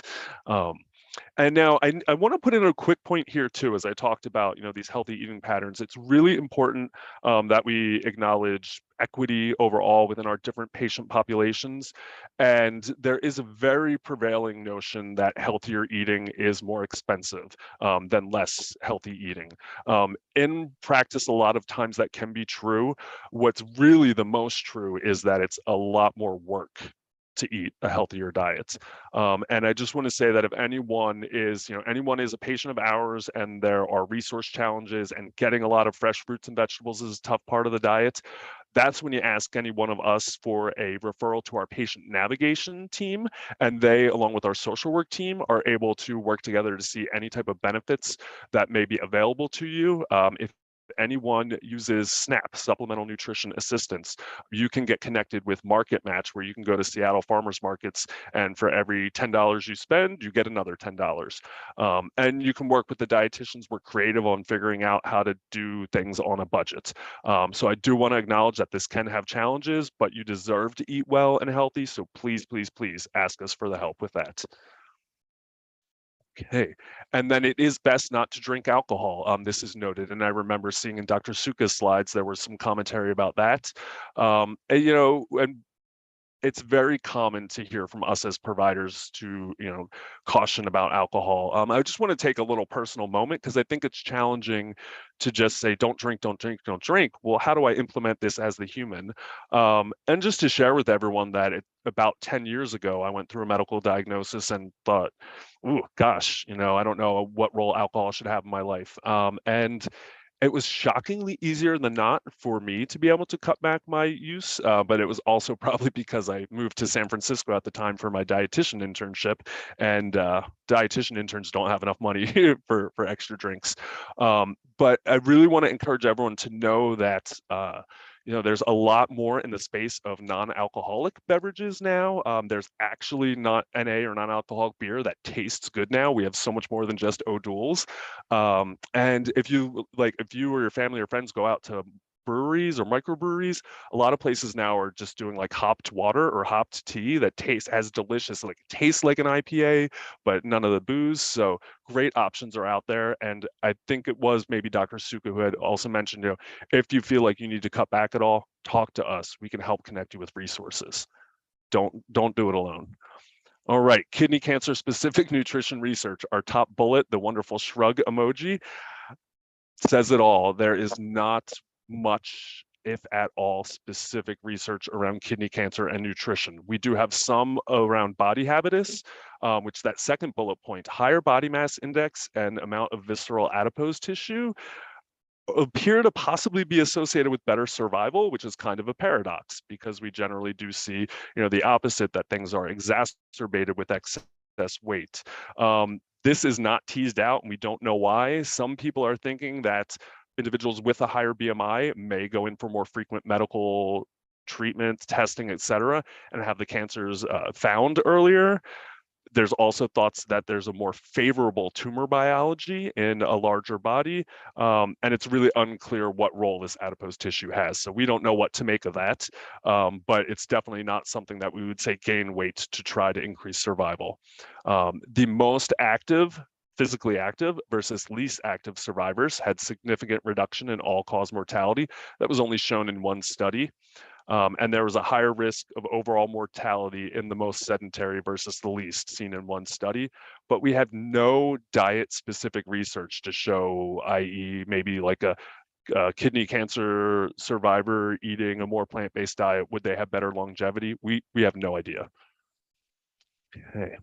And now in terms of kidney cancer specific nutrition, this first bullet applies for the overwhelming majority of our patients, that there is no need to follow a renal diet. I like to highlight that because, as Dr. Tykodi mentioned, in our kidney cancer multidisciplinary clinic, these are individuals who they're just coming in, getting some of the first instruction and education around their disease. And so many are wanting to always do the right thing, and they start searching online and they Google kidney cancer, nutrition. You can be indirectly pointed towards a renal diet. Renal diets are what are used in kidney failure for individuals who are on dialysis. So this does apply to some of us here on our call, but for the majority, it does not. So do not worry about following a renal diet. They can be challenging to follow, and we want to give you all the options to eat as many foods as possible. Hydration, very important for the healthy kidney. And I'll just give you a good kind of general rule here is about 30 ounces of fluid per kilogram of body weight. I can't do the great math off the top of my head, so I'll just say if I was 100 kilograms, that would be 220 pounds. I would need about 3 liters of fluid in a day. Being mindful of salt/sodium is very important for the healthy kidney. And so tips for that: limiting salt in our recipes when we're cooking at home, and using more herbs and spices. And that's something that you can even do if your recipe calls for salt plus 3 different spices. You can remove the salt and just add in 1/3 each more of the other 3 spices, and it's probably going to taste better. You want to just overall cook more at home with less takeout, restaurant prepared food. That's the #1 way we decrease the salt in our diet, is cooking more of the food ourselves. When we focus mostly on whole foods, that's going to really bring it down too. And again, my whole food trick is they look like they have a home in nature, and they will generally be sold to you without any packaging on them. And then when you do choose a packaged food, if you aim for things, if you look at the nutrition facts label and it is under 140 milligrams of sodium per serving, that's considered a low sodium food. So that would be a good choice for you. I am a little upset with myself that I forgot to put the other side of the equation on this slide. So one, we're watching the salt because excess salt or sodium can drive up our blood pressure, which can be damaging to our healthy kidney. But we don't just drive up blood pressure, we can also drive it down. Potassium-rich foods are the counter to the sodium in our diet, and potassium-rich foods are generally whole plant foods. All veggies are rich in potassium. A lot of fruits are as well. So you get plenty of potassium in the diet, and that'll help. Cancer-specific nutrition, just a couple little bullets here that I want to hit on. The sugar question, we hear this all the time. Does sugar feed cancer? Or I've had patients come in tell me that they're no longer eating fruit because, quote, sugar feeds cancer. And really with this, you're going to get a lot of debate. You will hear, if you go into naturopathic or alternative health circles, they'll be saying, absolutely, sugar feeds cancer. Many of us here in the clinic will say, no, it doesn't. Don't worry about it. You need to eat. I'm going to plop down in the middle and let you all know that unfortunately sugar would feed cancer because anything with calories, so whether it's simple sugar, complex carbohydrate, protein, fat, or a mixed combination, anything that can nourish our human cells, unfortunately, the cancer cell can get access to that as well. There's no known way to be able to starve a cancer cell without starving its human host. So that does not mean that we should just pile on all types of processed and added sugar all day long, but your natural sugars in your plant foods, in your veggies, your fruits, your grains, never worry about avoiding those. Unless if you are someone with diabetes, then we need to be sure that we're getting just the right amount of these, not too little, not too much. And then the processed or added sugars, so your candy bars, your ice cream, your cakes, be diligent, try not to have too much, try to eat as well as you can, as often as we can, but I will never, ever lie to anyone and say that I don't have some of those foods at times too. And then lastly, dietary supplements. This is a spot where a lot of people get, a lot of things are pushed at them. Many of us, if we start to share with our family and friends the diagnosis that we're going through, well-meaning and well-intentioned family and friends say, oh, well, Uncle Bill took this when he had that, and then it went away, and they're sending us all this stuff to take. In general, we really want to be minimal with dietary supplements. We only want to take what we need if we have a deficiency, to replete that deficiency and get it to normal. Something like a general multivitamin providing around 100% of the daily allowance for all vitamins and minerals would not be harmful and may have a benefit for some. Many of us need supplemental vitamin D as well. But the big takeaway you should have here is that I want my nutrients from my food first. And if there are any supplements that I'm currently taking or interested in, it's a really good idea that I share all of those here with my treatment team. And we can, our pharmacists do a lot of the work. We can evaluate to make sure it's not going to interact with your treatment, because that's a really important part. All right, so that takes me over to my marketing colleagues. I swear it said questions on this page, but I do thank you all for having me, and I'm happy to take any questions. And I don't know how we're doing that. I see we've got some in the chat box, so. Right, thanks so much. Yes, there actually are a few questions as you were going through. Yeah, okay, I see one coming from Art and Julie at the top, so I'll just start addressing those then, Sure. Dr. Tykodi. Yeah, so Art and Julie are sharing that they've heard that potassium is stressful on the kidneys. So again, that is really more in that kidney failure space. And for individuals in kidney failure, it's kind of a moving target. You know, if they're on dialysis, they're getting frequent blood monitoring, and their dialysis doctors and dietitians will help advise them if they're falling low on something. Oh, you can have a little bit more. But if we've got one good, healthy kidney going, potassium is absolutely fine. It's an essential nutrient to life. It's a great thing. Penny is asking if breakfast cereals are okay. And this is, Penny, your question is, I will give you the best answer I can. I'll just say that when we ask if a specific food is okay, it's really, a bite or a sip of nothing could kill you unless you choked or you're allergic, right? So almost all foods are going to be okay in some scenario. Breakfast cereals can largely actually be a really good part of the diet, and we want to be looking for whole grain ones again. And so on the ingredients label, things like whole wheat, whole oats, whole rye will be prominent. The fiber will easily be over 3 grams per serving, and we're going to look for as little added sugar in the cereal as possible. But yes, breakfast cereals can be a great option. And then I do have a question from Peggy here, representing the group Living with One Kidney, asking special guidelines we should follow. Again, there's really, if you stay good and adequately hydrated, the body, it's interesting why we were made with 2 kidneys when we just need one good, healthy one to run. I believe the next presentation is going to be about life after nephrectomy. So there may be some more detailed examples that you hear in there. But from my perspective, if the lab values are looking good, then we can be eating regularly.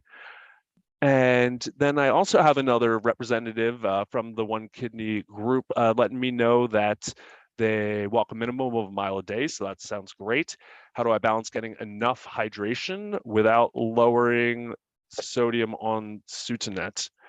Yeah, so that's this, and low blood sodium, this presents a tricky space that, you know, some of what I had said earlier may not apply in some of these instances. And with a low blood sodium, then we would actually probably encourage some more sodium intake to try to help get that level to normal.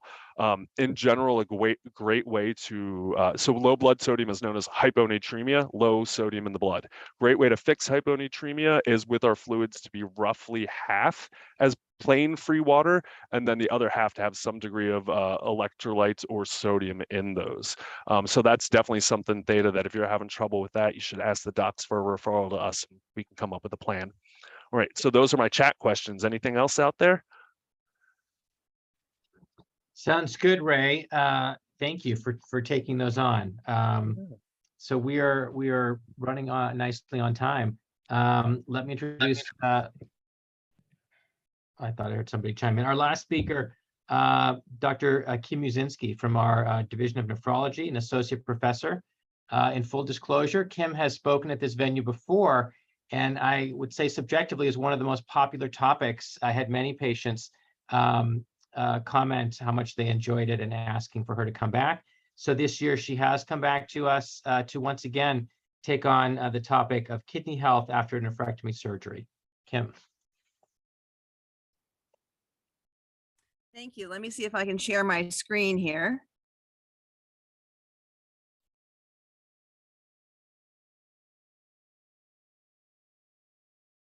From the beginning. Oh, my Zoom unexpectedly quit. See what we can do here. Would you like me to share your slides?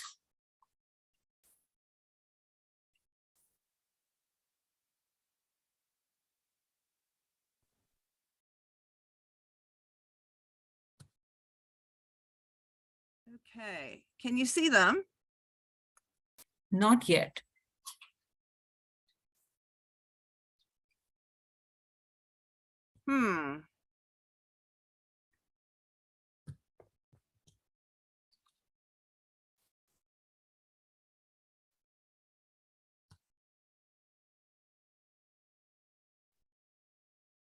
Let me try again.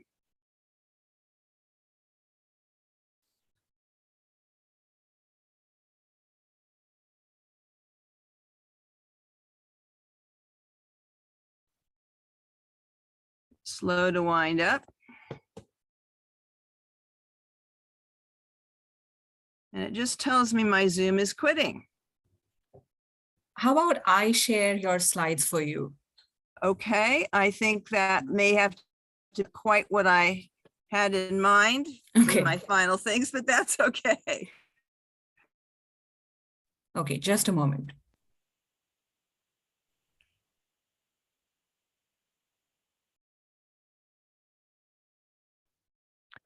Dr. Mukzinski, I'll just say solidarity with the troubled on getting our slides to share. That's been the most anxiety-inducing times of these past 2 years have been when I've been trying to share slides.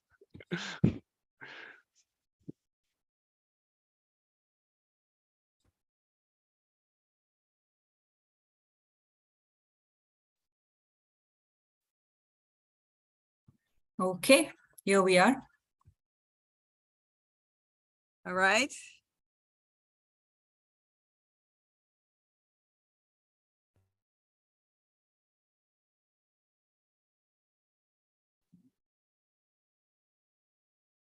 Ritu, not seeing slides.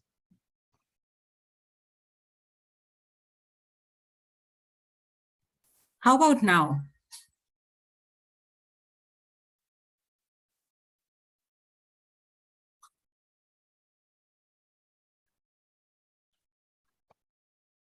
There's a note in chat saying that they can see the slides. I'm just seeing a message saying that Kim Uzinski has started sharing, but there's no slides. So maybe, I don't know if it's, Okay, let me try Panelists again. are not seeing what the attendees are saying. Right, I am back. Sorry. Ah, better. How about now? Yes. All Okay. right, I will go with your version of the slides, but there's been a few changes in there. So in the world of kidney cancer, the nephrologist always gets what's left over. You're going to have to move them forward for me. No, back. Okay, thanks. And what this means is that first you have your cancer and the surgeon needs to cut it out. And then your oncologist gets very clever with a variety of drugs to alter your immune system or some chemotherapy to take care of the rest of the cancer cells. And when all is said and done, then the leftovers go to the nephrologist to try to keep that kidney healthy. And I always appreciate having a chance to speak to people who have had nephrectomies because I think that learning about the kidneys gives you the best possible outcome for not only dealing with your cancer care team, but also other providers who may not be as familiar with kidneys. So I have an outline on the next slide. I'm going to move them. And the next, and in order to really talk about kidney health, we need to know what kidneys do. So I want to talk about that next. And as we talk about what kidneys do, we also have to talk about how their function is measured next. And then we'll go over about how much kidney function you really need before we get into the issue of renal replacements, which means dialysis or a kidney transplant next.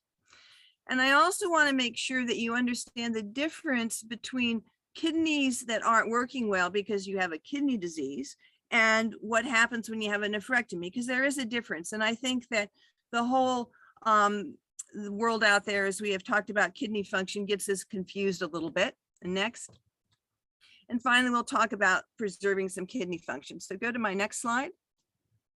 So just to orient you next, you probably all know that you have kidneys that make urine. By now you've probably had one of them out of it. The urine gets transported to the ureters and it goes into this bladder next. And the blood flow from the kidney comes from this renal artery. And when I use the word renal, I just mean kidney. So I don't want there to be any confusion because sometimes I flip back and forth next. And then next. And then of course, we have this reservoir called the bladder, which is a very handy little thing that takes all that urine and lets you deposit it whenever you need to get rid of it through your urethra. Next. So what do kidneys do? Well, kidneys are very simply just blood filters, and they're designed to remove the toxins in your body. And you think, well, what are the toxins? Well, your food, drugs you take, old body parts that are turning over, all of that is eliminated through the kidney. And they have very specialized molecular sensors and regulators. And so the kidneys next will regulate all of these following things. Next, they will regulate the amount of fluid in your body, so that if your kidneys don't work, you would blow it up. They regulate what we call body salts next. And there's a variety of body salts. Sorry, I'm on call, let me just silence that. And it's not only sodium, but potassium, calcium. They regulate all of these things next. They also control blood pressure next through some hormones next, which mainly it's a renin hormone next. And they also are responsible for making red blood cells. The kidney has this hormone next. It's called erythropoietin, and it tells the bone marrow to go make red cells next. And the kidney also regulates all of the building blocks for bones, things like next, your calcium and your phosphate, and there's vitamin D. It regulates a lot of these things. And next, it also regulates your acid. So if your kidneys don't work, it means that you can get bloated, your salts aren't regulated, you get anemic, your blood pressure goes high, your bones are brittle, not good quality, you tend to have fractures, and the acid can make you feel sick. Next. So how do these kidneys filter? Well, the filtering units in the kidney are called a nephron. And what happens next is that blood comes from that renal artery into this filter unit next. And in this filter unit, urine is made, extra fluid and all the things that give filter go out there in the urine, next, into the ureter, into the bladder, next. And the filter unit is called a glomerulus. And so next, the part where the filtrate goes, or the urine goes, is called the tubules. And the tubules are really the smart part of the kidney. They sense and regulate all that amount of fluid to keep in the salts. Next. And together, the tubules and the glomerulus are called nephrons. So you got one filter that collects your urine through these tubules that comes out later on. And each filter unit is called a nephron. Next. And we have about 500,000 of these per kidney. Next. And they decrease with age. So I have much fewer than I did 40 years ago. Next. And to show how important the kidney is in these filters, about 20% of what we call cardiac output, every time the heart beats, 20% of your blood goes to these kidneys to be filtered by these nephrons. Next. And so nephrons can get diseased and they can disappear when you have kidney disease. Next. But they also get lost when you have a nephrectomy. You have a nephrectomy and you immediately lose 500,000 of these filtering units. Next. So if we look at this glomerulus in a little more detail, here's the glomerulus, here's the blood vessel coming in. Next. You have unfiltered blood that goes through the blood vessel, and in through these small blood vessels. Next. The cells pass and they can't get through the filter because they're too big, and these small waste molecules and fluid come out and are collected. This is the beginning of the tubule here. Next. And it's really next. It's really a simple matter of size. So the small things can be filtered, where the large things such as the cells and the proteins, next, don't get through this filter, and they come out over here next into blood that's already filtered. So here all these little squares have been lost because they were small enough to get through the kidney filter. Next. So I want you to show you a little high view picture in this glomerulus. So this box here next, this is one of those little capillaries, and inside are these red cells, this protein that I've made in these pentagons and these small waste molecules. And if I take a section right through here and look inside, this is what the inside of that little blood vessel is. You have all these holes where the small molecules and fluid can go, just sort of like a colander if you were washing your vegetables or your fruits. And next, one of the things you'll notice is that there's protein and blood in here, next, that should not normally get in the urine. And if the glomerulus gets injured, then you see these things in the urine, and that's a sign of kidney disease. So the rate at which this waste gets filtered through the glomerulus is called the glomerular filtration rate. And that's how we actually quantify how much kidney you have. It is glomerular filtration rate. How much can you filter through? Next. And this glomerular filtration rate, which is how we measure kidney function, is, go ahead, is a weird concept, but it relates to the volume of blood that's completely cleared from one of the toxic substances in your blood. And next, this is something that's extremely difficult to measure. How can you measure those little molecules coming through the kidney? Next. Well, the reality is you can't. So what we do is we estimate your glomerular filtration rate by something called creatinine. Next. And so creatinine is just next a breakdown of muscle. You may not think about it, but muscles are always forming, breaking down, and the muscle that breaks down releases something called creatinine, next, that goes to the kidney, next, and the creatinine is filtered out and it just comes out in your urine. Next. So in order to determine what your glomerular filtration rate is, we measure a blood creatinine, and then there's a formula that's used, and there's a variety of formulas that can be used to calculate this estimated GFR. Next, the other option is we can measure all the creatinine coming out of the urine in a 24-hour urine and give you a creatinine clearance, which is the same as, again, your glomerular filtration rate. Next. And if the kidney quits working, or you have your kidney that has been removed because of a nephrectomy for cancer, the creatinine doesn't get eliminated. It goes up in the blood and it comes down in the urine. So this is how we measure kidney function. And the kidney does a lot of things, as I mentioned, but when we're really talking about the function that where we want to have a common language, we talk about how they get rid of this toxin that is determined somewhat by creatinine. Next. But the reality is there's lots of toxins the kidney filters out. So creatinine is just a marker for these waste products. Next.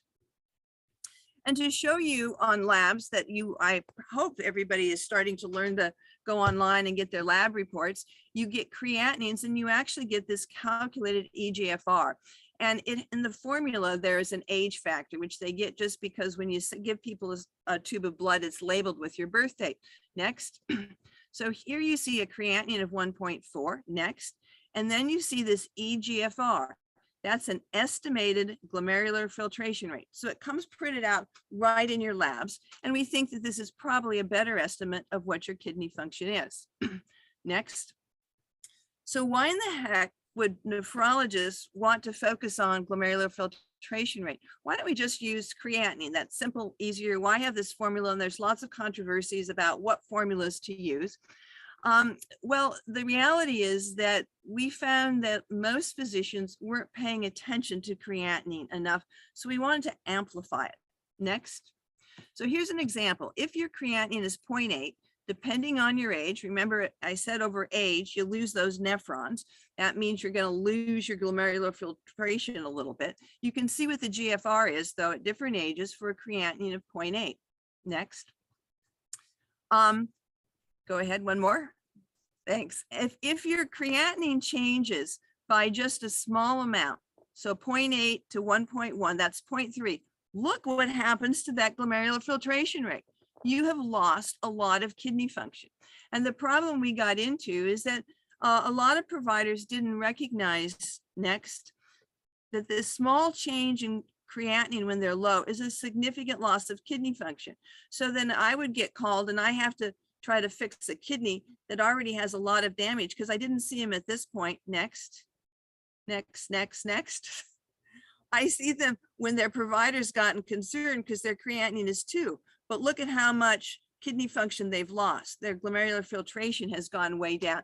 And that's a much harder fix to do for us. So above this red line, next, clearly is normal. And below this red line, next, is something that's less than normal. And so this is where we want to be sure to try to catch people early if they have a kidney disease to intervene on. Next. Well, the kidney world did not just stop by making this estimated glomerular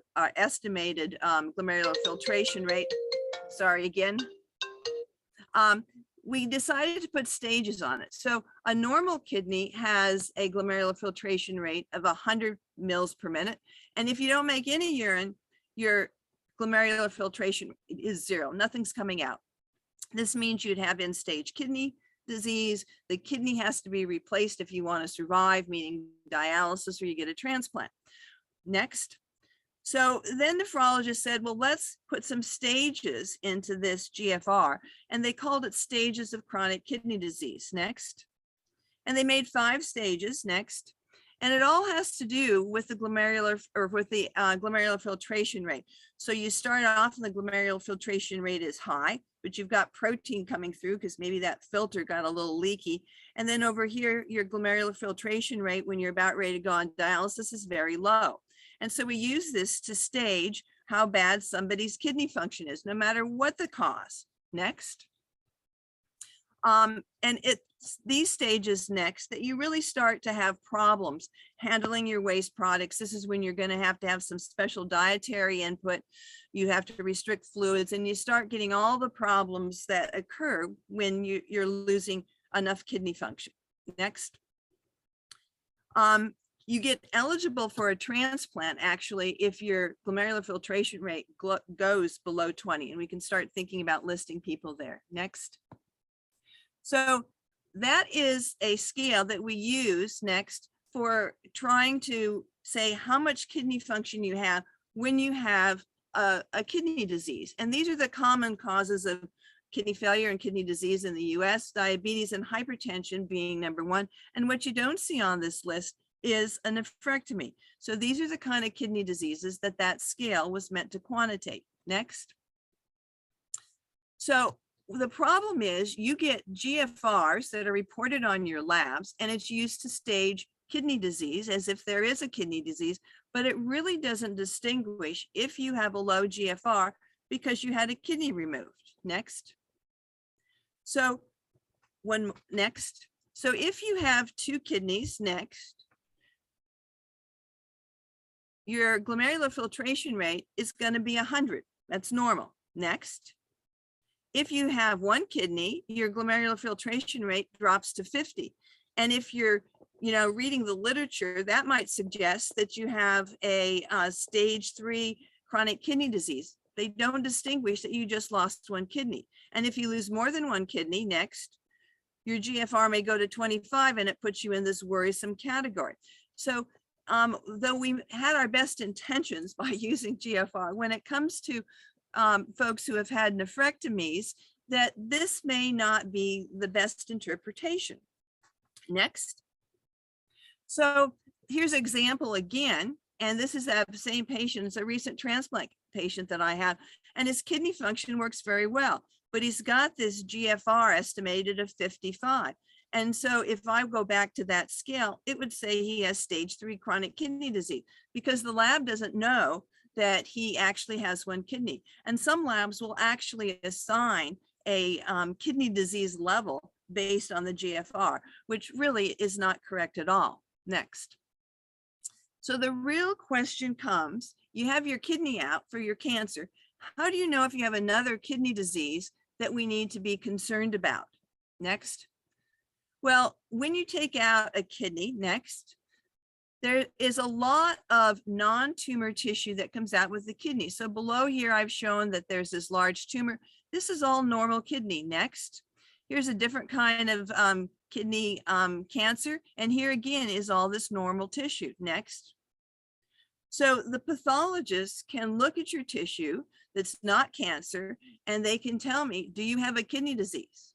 And what happens is this is rarely done unless you go to a nephrologist, and then I have to go back and look at your slides and see if they preserve some of this non-tumor tissue. Next. It would really be best if we could, at the time of nephrectomy, if there's any risk factors you have for kidney disease, take some of this normal tissue and put it into different fixatives. Because to really know what's going on in the kidney, you need to have 3 different fixatives that are give us information about the kidney. For the cancers, they just pickle the whole thing in one kind of fixative. But we can tell you whether or not you have a kidney disease just by looking at the non-tumor tissue. Next. So it comes down to, how do you preserve your residual kidney function? Next. The first thing is, do you have a kidney disease other than the cancer that may be gone that we need to treat? And that's where the nephrologist comes in, because we may need to work with your oncologist or your other physicians to see about suppressing your immune system or having some other interventions for a specific kidney disease. Next. But if you're normal, or if your remaining non-tumor kidney tissue is normal, then all we really need to consider is what I call renal hygiene. Next.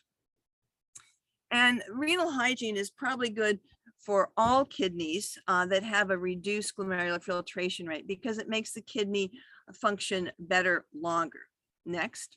So one thing we want to do is control blood pressure. Too high a blood pressure will just put too much pressure in the kidney and you start blowing out those nephrons. We want your blood pressure clearly under 140/90. Some people would want it even lower.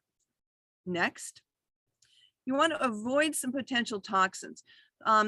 Contrast we can use. Sometimes the MRI contrast is better. We try to avoid the anti-inflammatory drugs like ibuprofen and naproxen, and a little bit it's not going to hurt you, but we don't want to make that long term. Tylenol is okay. Next. A low sodium diet is good. It's good for all of us, even if we have 2 kidneys. But if you got 1 kidney, you want to try to keep it under 3,000 milligrams or 3 grams a day. Next. And then we want to give you some medications if your blood pressure tolerates it, because these medications lower blood pressure. They're the prils and the sartans. They inhibit the system called renin-angiotensin system. And what they do is to reduce hyperfiltration. Well, what is hyperfiltration? Next. When your nephron number is reduced, so you lose a kidney, you still have all the blood flow that's going to the other kidney. What happens next is as this blood goes in and you got more blood flow going to it, it starts making these blood vessels dilate. They get big until, like a balloon, they pop. And as they pop, you start to get scarring in there. And what these medications called renin-angiotensin inhibitors, drugs that end with the prils or the sartans, do is they dilate this vessel here where the blood's coming out to reduce the pressure in the glomerulus, and that helps preserve the kidney function you have. And so those are the main things that we do to help preserve kidney function. And there's some new drugs that are out there that I think are going to be added to this, something called some drugs that we treat, sodium glucose transporter inhibitors, that probably will be added to preserving kidney function, but we're not quite there yet. And then the other issue comes up as we were talking earlier about how much water you need to drink.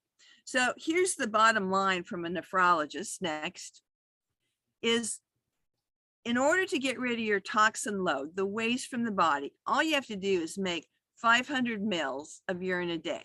Now, that presumes your kidney function is normal and your body can do this. So you don't have to drink tons of water. And I'm not saying that you should restrict your water, but the idea is drink comfortably. If you're thirsty, you drink water. If you're not thirsty, you don't drink water. Next.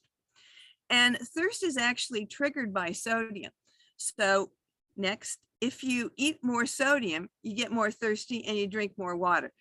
But you do not have to be continually having a glass of water in your hand, drinking your water throughout the day. And you can actually dilute out some of your salts. Somebody talked about low sodium problems.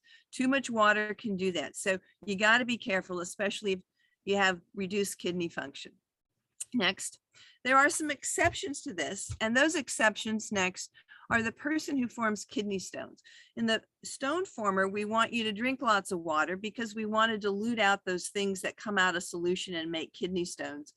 And the other exception for limiting your water is if you have to be hydrated before contrast or chemotherapy. But it's kind of complicated. Hydration next is not just water. It usually involves some water and salt. Next. So just to summarize, in terms of how much kidney function you really need and what kidneys are doing, next, kidneys are filters of your blood and they remove the toxins, they adjust how much fluid you have in, and they regulate your salts. They do a lot of other things for bones and for anemia, but those are the main. Toxin removal and adjustment of fluid is a big part. Next. The filtration, how we measure this, is measured by a blood test called creatinine that really gets converted into a glomerular filtration rate. Next. And if you lose one kidney, your glomerular filtration rate is 50% of normal, and you do very well. You can just consider yourself a kidney donor. Next. And if you have to lose more than one kidney for your kidney cancer, so you can get down with another partial nephrectomy, you can probably get by with 20% normal kidney function if you do those renal hygiene things. Watch the blood pressure, keep the salt down, avoid the nephrotoxins, and some medications to prevent this hyperfiltration that blows out the rest of your nephrons. So you can actually do very well. If you have a kidney disease besides your cancer, then you need a nephrologist to probably help out with managing all of these things. Next. So I'm saying some things that are general. If anybody has specific questions about their own case, this is my contact information. This phone number is actually good 24/7, and that's my email. You can send me a note and be glad to give you a hand with any questions you have. So with that, next, I want to thank you for your attention next and for allowing me to come. And remember to preserve your GFR. Thank you. Kim, thanks so much. And we appreciate you being available. I know you're on service. Your pager's telling us that people are looking for you. So we really appreciate you carving out time to be here today. There were a couple questions for you in the chat. If you have another minute or two. Sure. I've got the chat up. Oh, good. Carol about FSGS.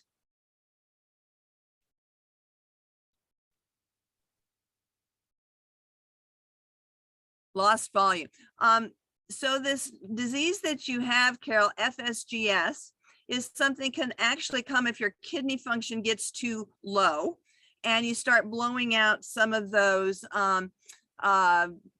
nephrons. It can also come from other things, but that's one of the conditions that we worry about. And that's one of the reasons that we try to give you those medications to prevent the high pressures. Contrast materials, CT and MRI present threat to remaining kidney. So, you know, this is interesting. If your kidney function's really normal, you can probably get by and it's not a big deal. However, if you go to radiology, they're going to look at that GFR and say, no, we can't do this, or we have to give you fluids and other things, which I think is all right. And are there alternatives to contrast? Oh, there's some really exciting things. Not so much probably, you know, following continually, but you can look, instead of contrast, you can use bubbles with ultrasound. So if I see somebody that has a kidney cyst or something I'm not quite sure of, and they have a bad kidney function, their GFR is low, I can get a bubble study and usually get the same information. In general, the other imaging is better. MRI represents less problem for the kidney than the CT contrast, and that's something that easily can be done, although the radiologists have flags.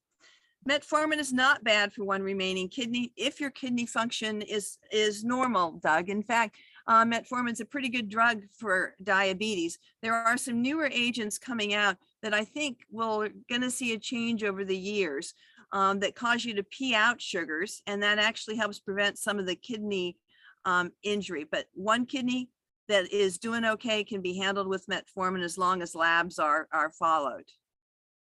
And if you're your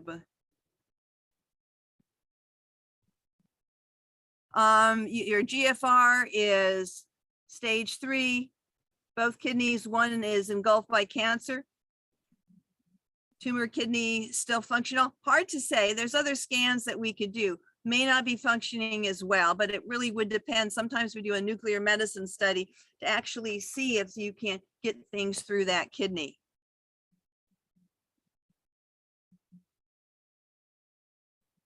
So is contrast still okay with a kidney? Yes, it is. Sometimes we'll go ahead and we'll switch over to the MRIs that probably cause less problems. Should GFR be done prior to contrast scans? Believe it or not, it always is, Carol. They go in and they poke your finger and they get this, what is called point of care, POC, creatinine, and that actually can be translated into a GFR. So if you haven't had a recent creatinine, you're going to get that. All right, anything else? Cindy. How does it function pre-nephrectomy? Well, you know, it can be looked at, again, doing some nuclear medicine studies. And sometimes if there's a question that you have a kidney disease and I want to predict how you're going to do, I may have you go to our nuclear medicine department and I can actually see the function of both kidneys and predict what your GFR is going to be after the nephrectomy. I think that's about it. I think that's all for you, Kim. Thanks again. Yeah, thanks. We're so happy to have you here Sorry today. about all of the technical things and the pagers today. No worries. All right, guys. Bye-bye. Take care. Very good. Well, we saved some set-aside time. If we still have attendees, Dr. Gore and I are going to hang around and we'll try and answer questions that come in to the chat. I see Dr. Mckay still signed in, so Rayna may even be around to field questions as well. But before we end up with questions, I just want to take a moment, first of all, to thank all of our participating speakers today for what I thought was really a wonderful program. To thank the attendees for giving us their Saturday morning and midday to participate and be with us as well.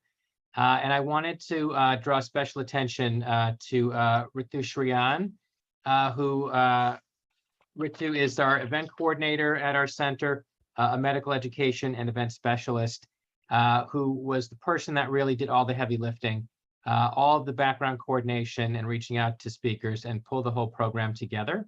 And Ritu is a veteran of having done this for us last year as well.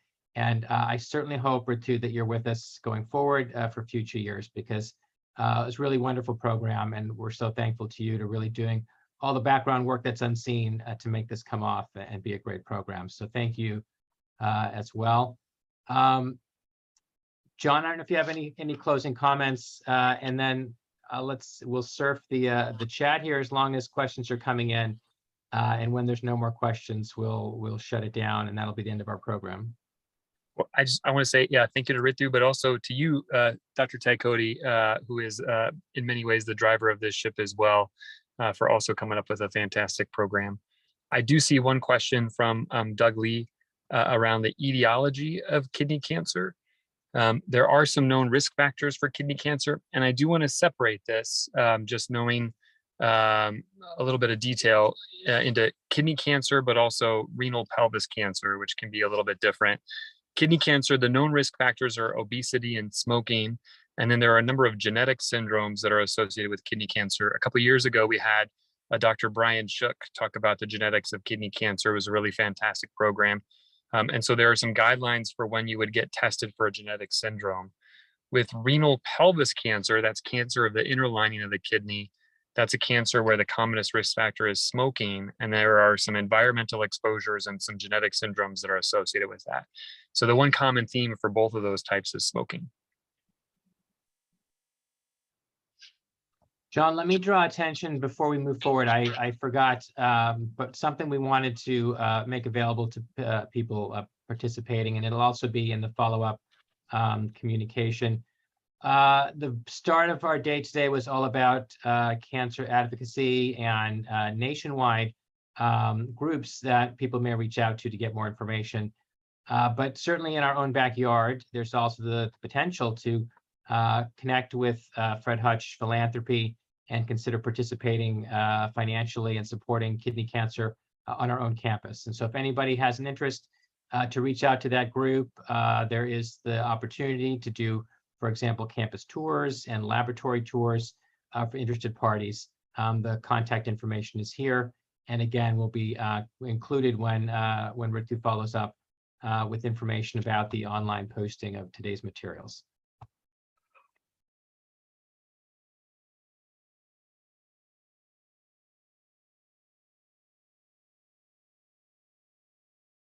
I don't see other questions right now. I guess we answered everybody's questions. There's no more questions.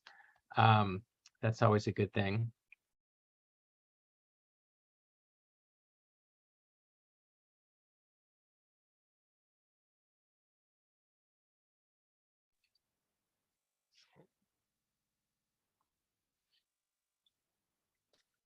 Well, just some thank yous. I want to thank you to everyone who attended for giving your time and such great questions. I think we had a number of fantastic questions throughout the symposium. I'm happy to tackle that one. We did get one question on outcomes other than length of life, and I think there's something where we refer to as patient-centered outcomes, which are that we as clinicians often think in very absolute terms of how long you survive with a cancer, but there are a lot of other really important outcomes.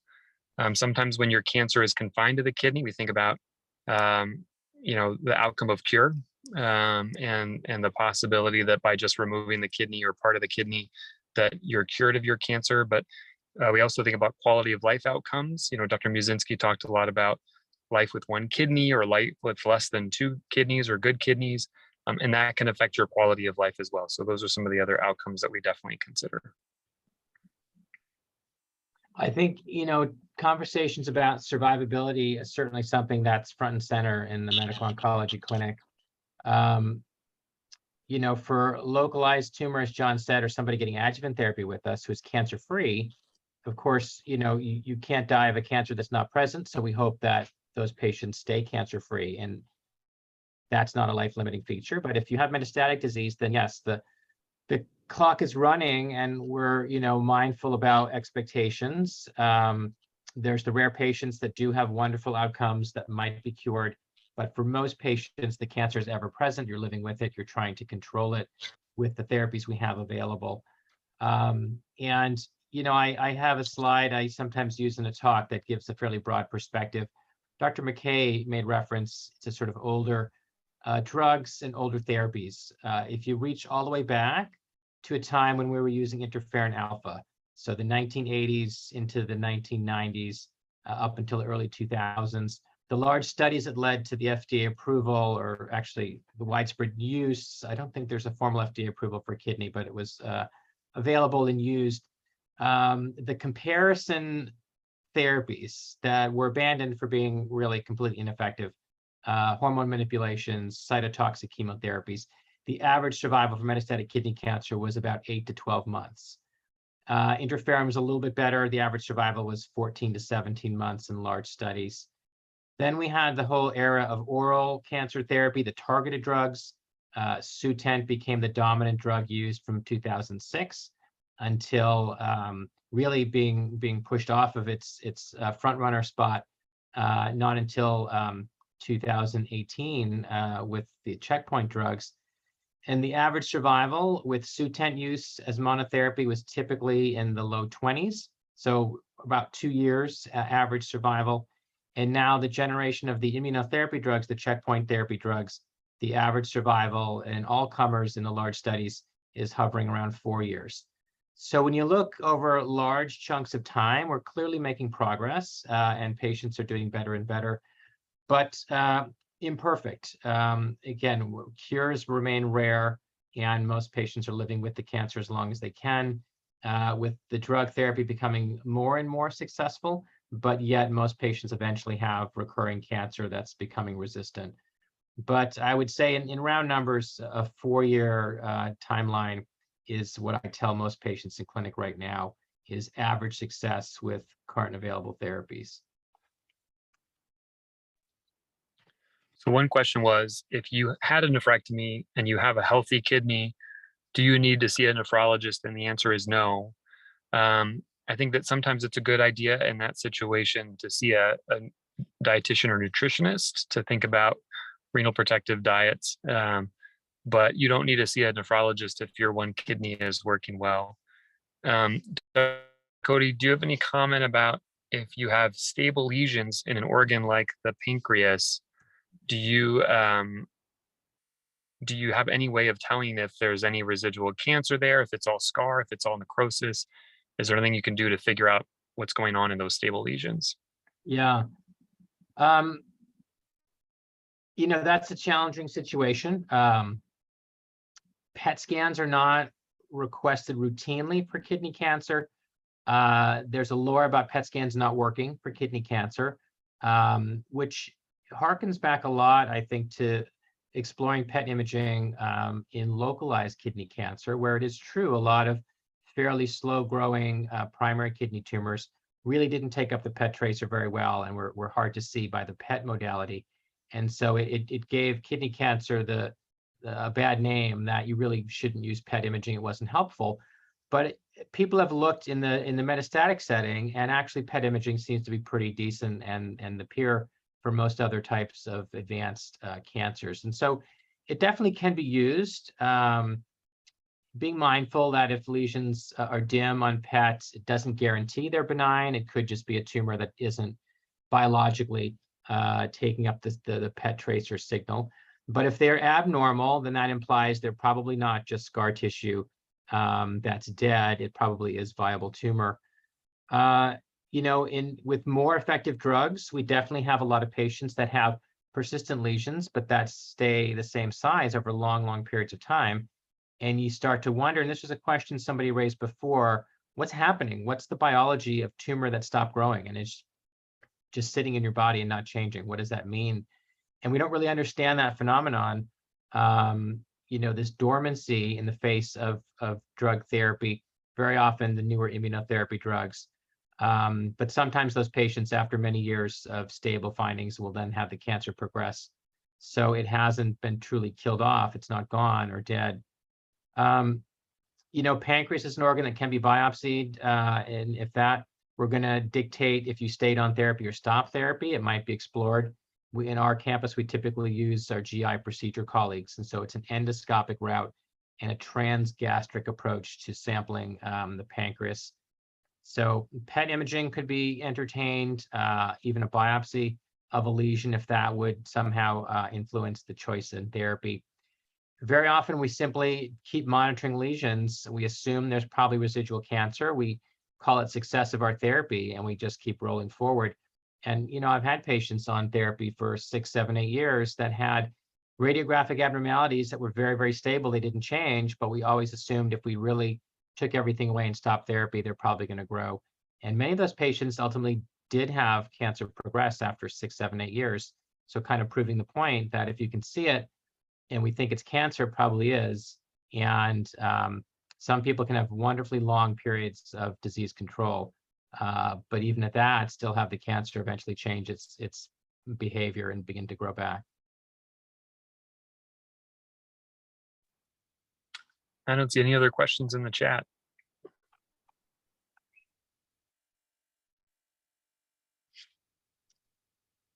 We're almost at time. We'll give it one more minute here. But yes, thank you, Dr. Gore. It's been a real pleasure to work with you and host these meetings. And for the attendees that are still left, we certainly anticipate this will be an effort to have an ongoing annual program in the years going forward. The uncertainty of whether it'll stay virtual or if at some point we'd actually try and get back together with an in-person meeting. But certainly anticipate there'll be an annual summer program in the years going forward. Yeah, I think at minimum it would be a hybrid. There is one question about how you determine whether the disease is stable or not. What kind of scans do you order? A clean scan condition. Usually kidney cancer imaging is most often CAT scan based. Pertinent to the last discussion, if the renal function is poor, we sometimes try and incorporate MRI imaging as being perhaps somewhat safer for renal function. The IV contrast for MRI is thought to be less renal toxic than CT. I don't use PET scan imaging as a standard tool. So if the CAT scan and MRI scans are interpreted as having no cancer findings, we would say that that's a person that's in a complete response. If they previously had metastatic disease that's regressed and shrunk down, or if you've just had a local tumor removed by Dr. Gore and his colleagues, that you had no cancer findings other than the tumor and the tumor's out surgically, that's a negative scan with no cancer findings. And so we're relying on our radiology colleagues to provide that descriptive account of what they see in the scan when we review scans with you in the clinic.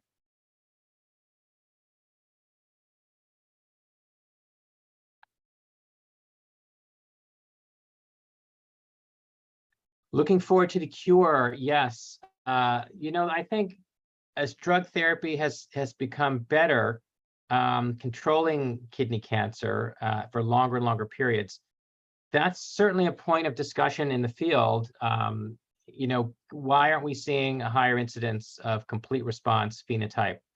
And that's certainly the hope or the wish as the field is moving towards more and more complicated regimens. So moving from 2-drug into 3-drug regimens, and if those prove to be efficacious and become the new standard, you can bet that 3 drugs will merge, and then there'll be a 4-drug cocktail. But will we begin to move the bar and have the CR incidence to creep up and up and up, where hopefully, down the road we're talking about curing a significant fraction of patients who can stop therapy and come off treatment would be really wonderful. In a sense, that is the pathway. If you look way back, some of the successes in the oncology field in general, treating blood cancers, where a high fraction of patients with Hodgkin's lymphoma and non-Hodgkin's lymphoma are cured, the multi-agent chemotherapy regimens were built on the back of observations of single drug and combination drug therapies that work to a degree. But as the more complex regimens were put together and more drugs added, you began to see this phenomenon of complete responses and patients that appear to be cured. And so we hope we're delayed in time, but as new drugs are identified and brought forward, perhaps we'll begin to see the same phenomenon emerge, and we'll see CRs emerging in our population at a much higher rate. That would really be wonderful.